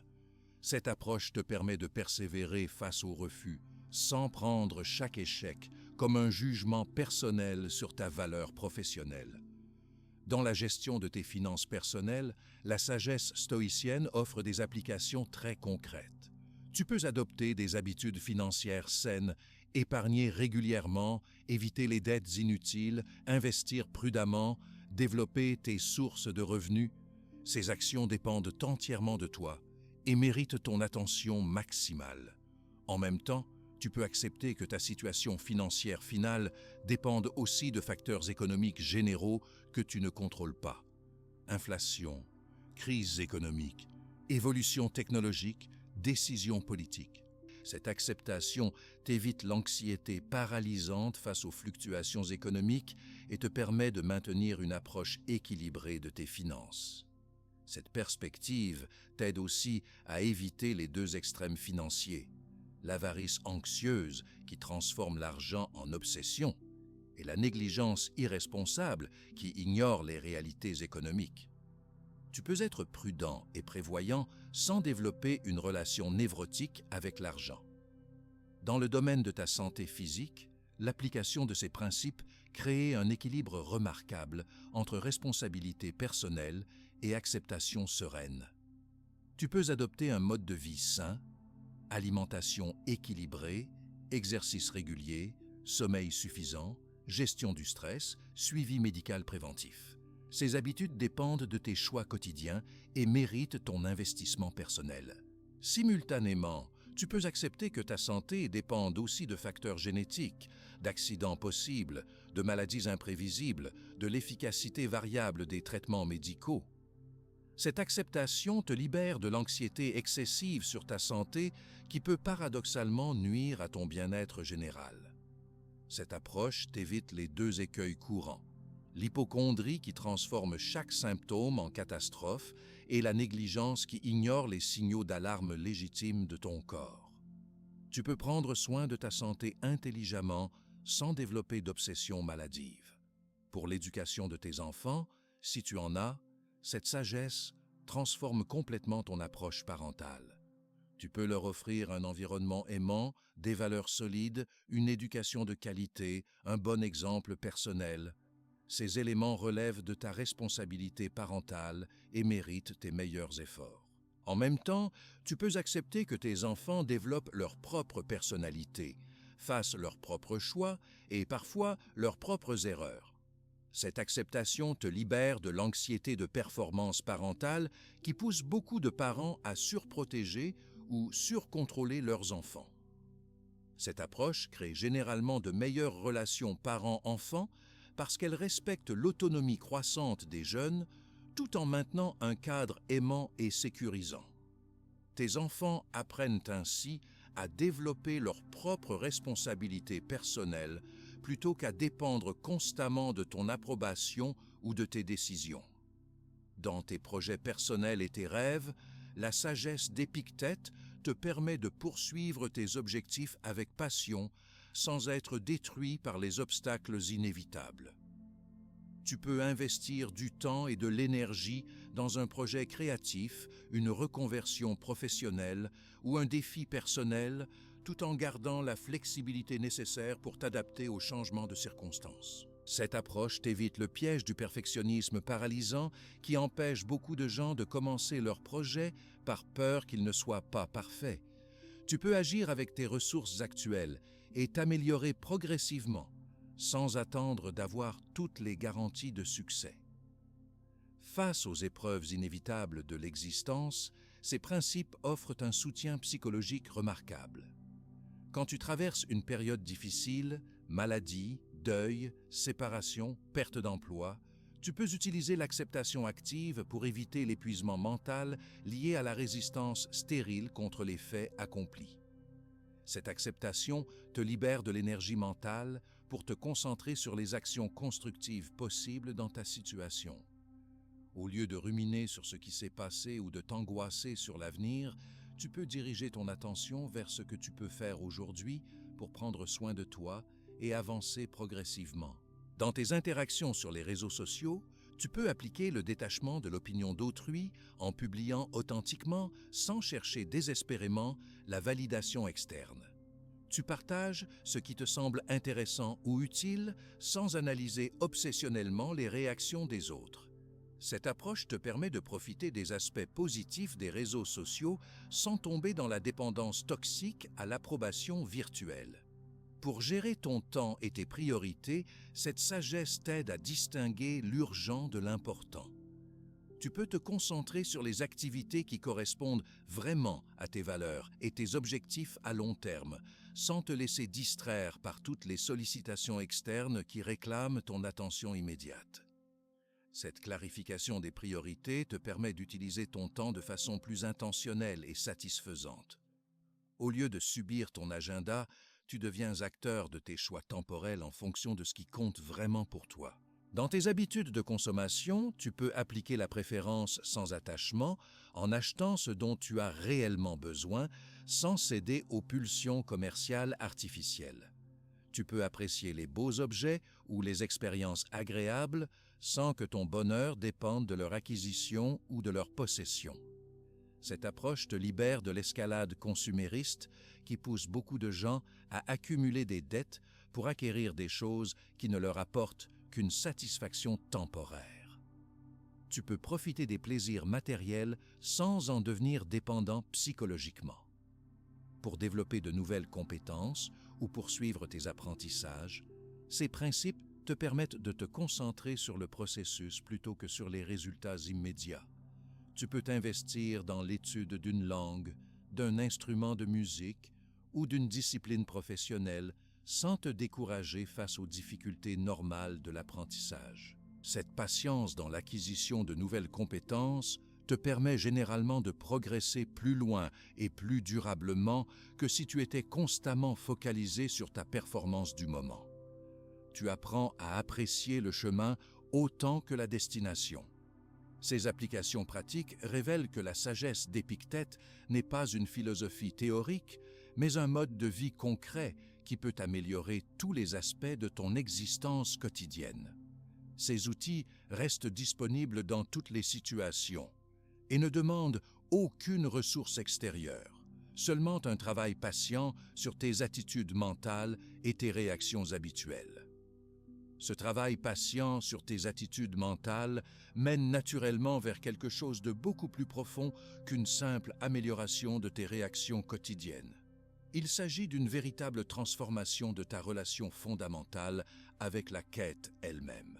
Car le paradoxe le plus frappant de l'enseignement d'Épictète réside dans cette découverte troublante. Cesser de chercher compulsivement ne signifie pas abandonner tes objectifs, mais transformer radicalement ta façon de les poursuivre.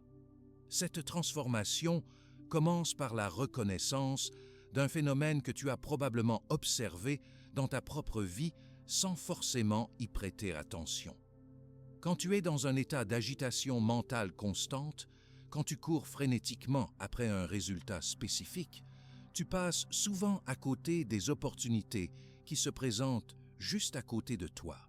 Ton attention est tellement monopolisée par ton objectif unique que tu deviens aveugle aux possibilités alternatives qui pourraient être encore meilleures que ce que tu cherchais initialement. Cette cécité sélective s'explique par un mécanisme psychologique simple mais puissant. Quand ton esprit est obsédé par un désir particulier, il filtre automatiquement toutes les informations qui ne correspondent pas à cette obsession.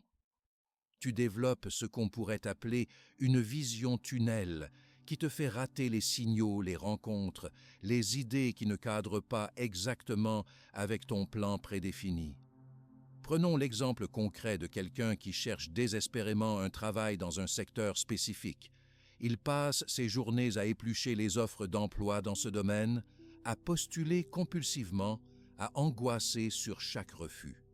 Cette obsession peut l'empêcher de remarquer qu'un ami cherche justement quelqu'un avec ses compétences pour un projet passionnant dans un secteur différent. Il peut manquer une conversation intéressante lors d'une soirée parce qu'il ne parle que de ses difficultés professionnelles au lieu d'écouter vraiment les autres. Cette agitation mentale crée aussi une énergie peu attractive socialement. Les gens sentent intuitivement quand quelqu'un est dans un état de manque et de désespoir, même quand cette personne essaie de le cacher. Cette énergie négative peut repousser exactement les opportunités et les personnes qui pourraient t'aider à résoudre la situation.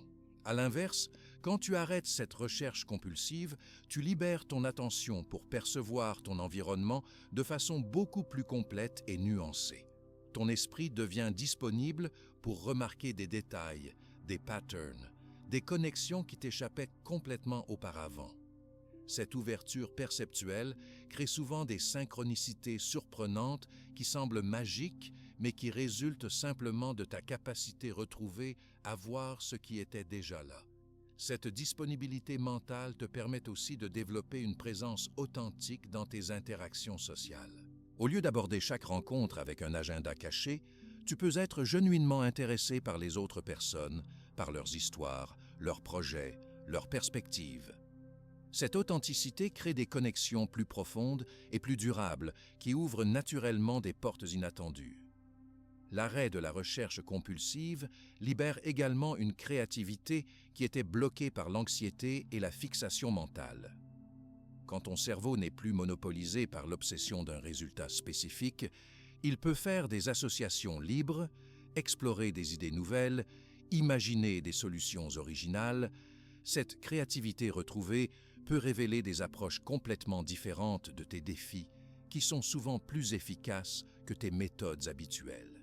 Dans le domaine des relations amoureuses, cette transformation est particulièrement spectaculaire.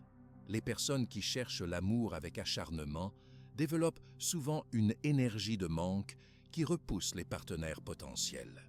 Elles abordent chaque rencontre avec des attentes énormes, analysent chaque interaction, projettent rapidement des scénarios de relation, mettent une pression invisible mais palpable sur l'autre personne. Quand elles cessent cette recherche désespérée et se concentrent sur leur propre épanouissement, sur leur passion, sur la construction d'une vie riche et intéressante, elles développent naturellement une attractivité qui attire des personnes compatibles. Cette attractivité ne vient pas de stratégies de séduction, mais d'une complétude intérieure qui se ressent dans toutes leurs interactions. Cette transformation ne signifie pas qu'elles deviennent indifférentes aux rencontres ou qu'elles s'isolent socialement. Elles restent ouvertes aux connexions authentiques, mais sans l'urgence et l'attachement qui empoisonnaient leurs relations précédentes. Cette détente permet souvent de rencontrer quelqu'un de façon beaucoup plus naturelle et organique. Dans le domaine professionnel, l'arrêt de la recherche compulsive peut débloquer des situations qui semblaient impossibles. Une personne qui cesse d'angoisser constamment sur sa carrière et qui se concentre simplement sur l'excellence dans son travail actuel découvre souvent que de nouvelles opportunités émergent spontanément. Son stress diminué améliore ses performances, ses relations avec ses collègues, sa capacité d'innovation.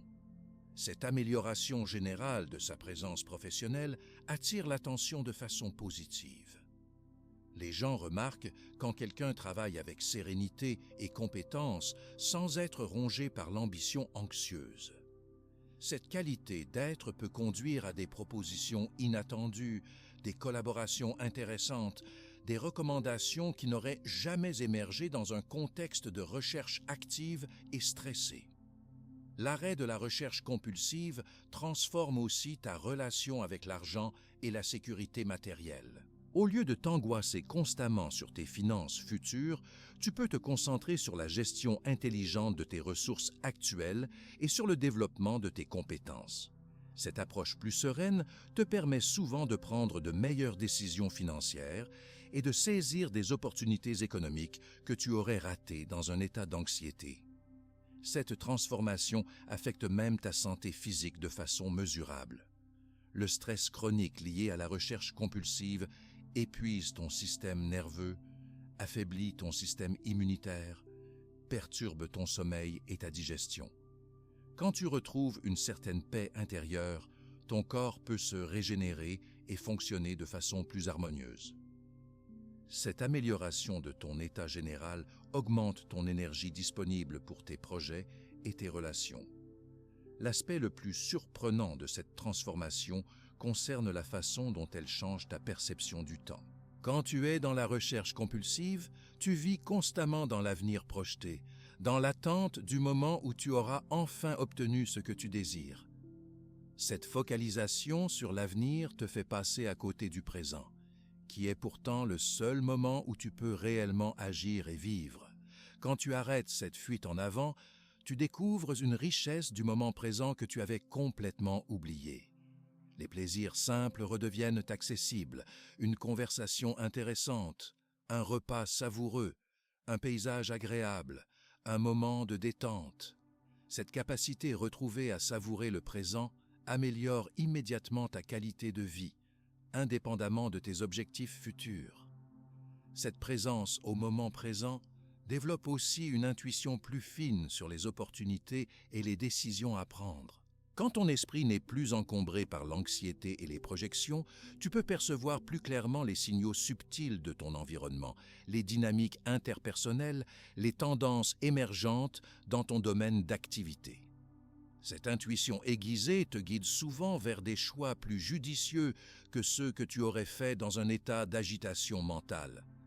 Tu peux sentir quand une opportunité est vraiment alignée avec tes valeurs et tes objectifs profonds, et quand elle ne fait qu'alimenter tes peurs ou tes désirs superficiels. l'arrêt de la recherche compulsive révèle aussi quelque chose de fondamental sur la nature de tes désirs eux-mêmes. Beaucoup de ce que tu pensais vouloir était en réalité conditionné par les attentes sociales, les comparaisons avec les autres ou des blessures psychologiques non résolues.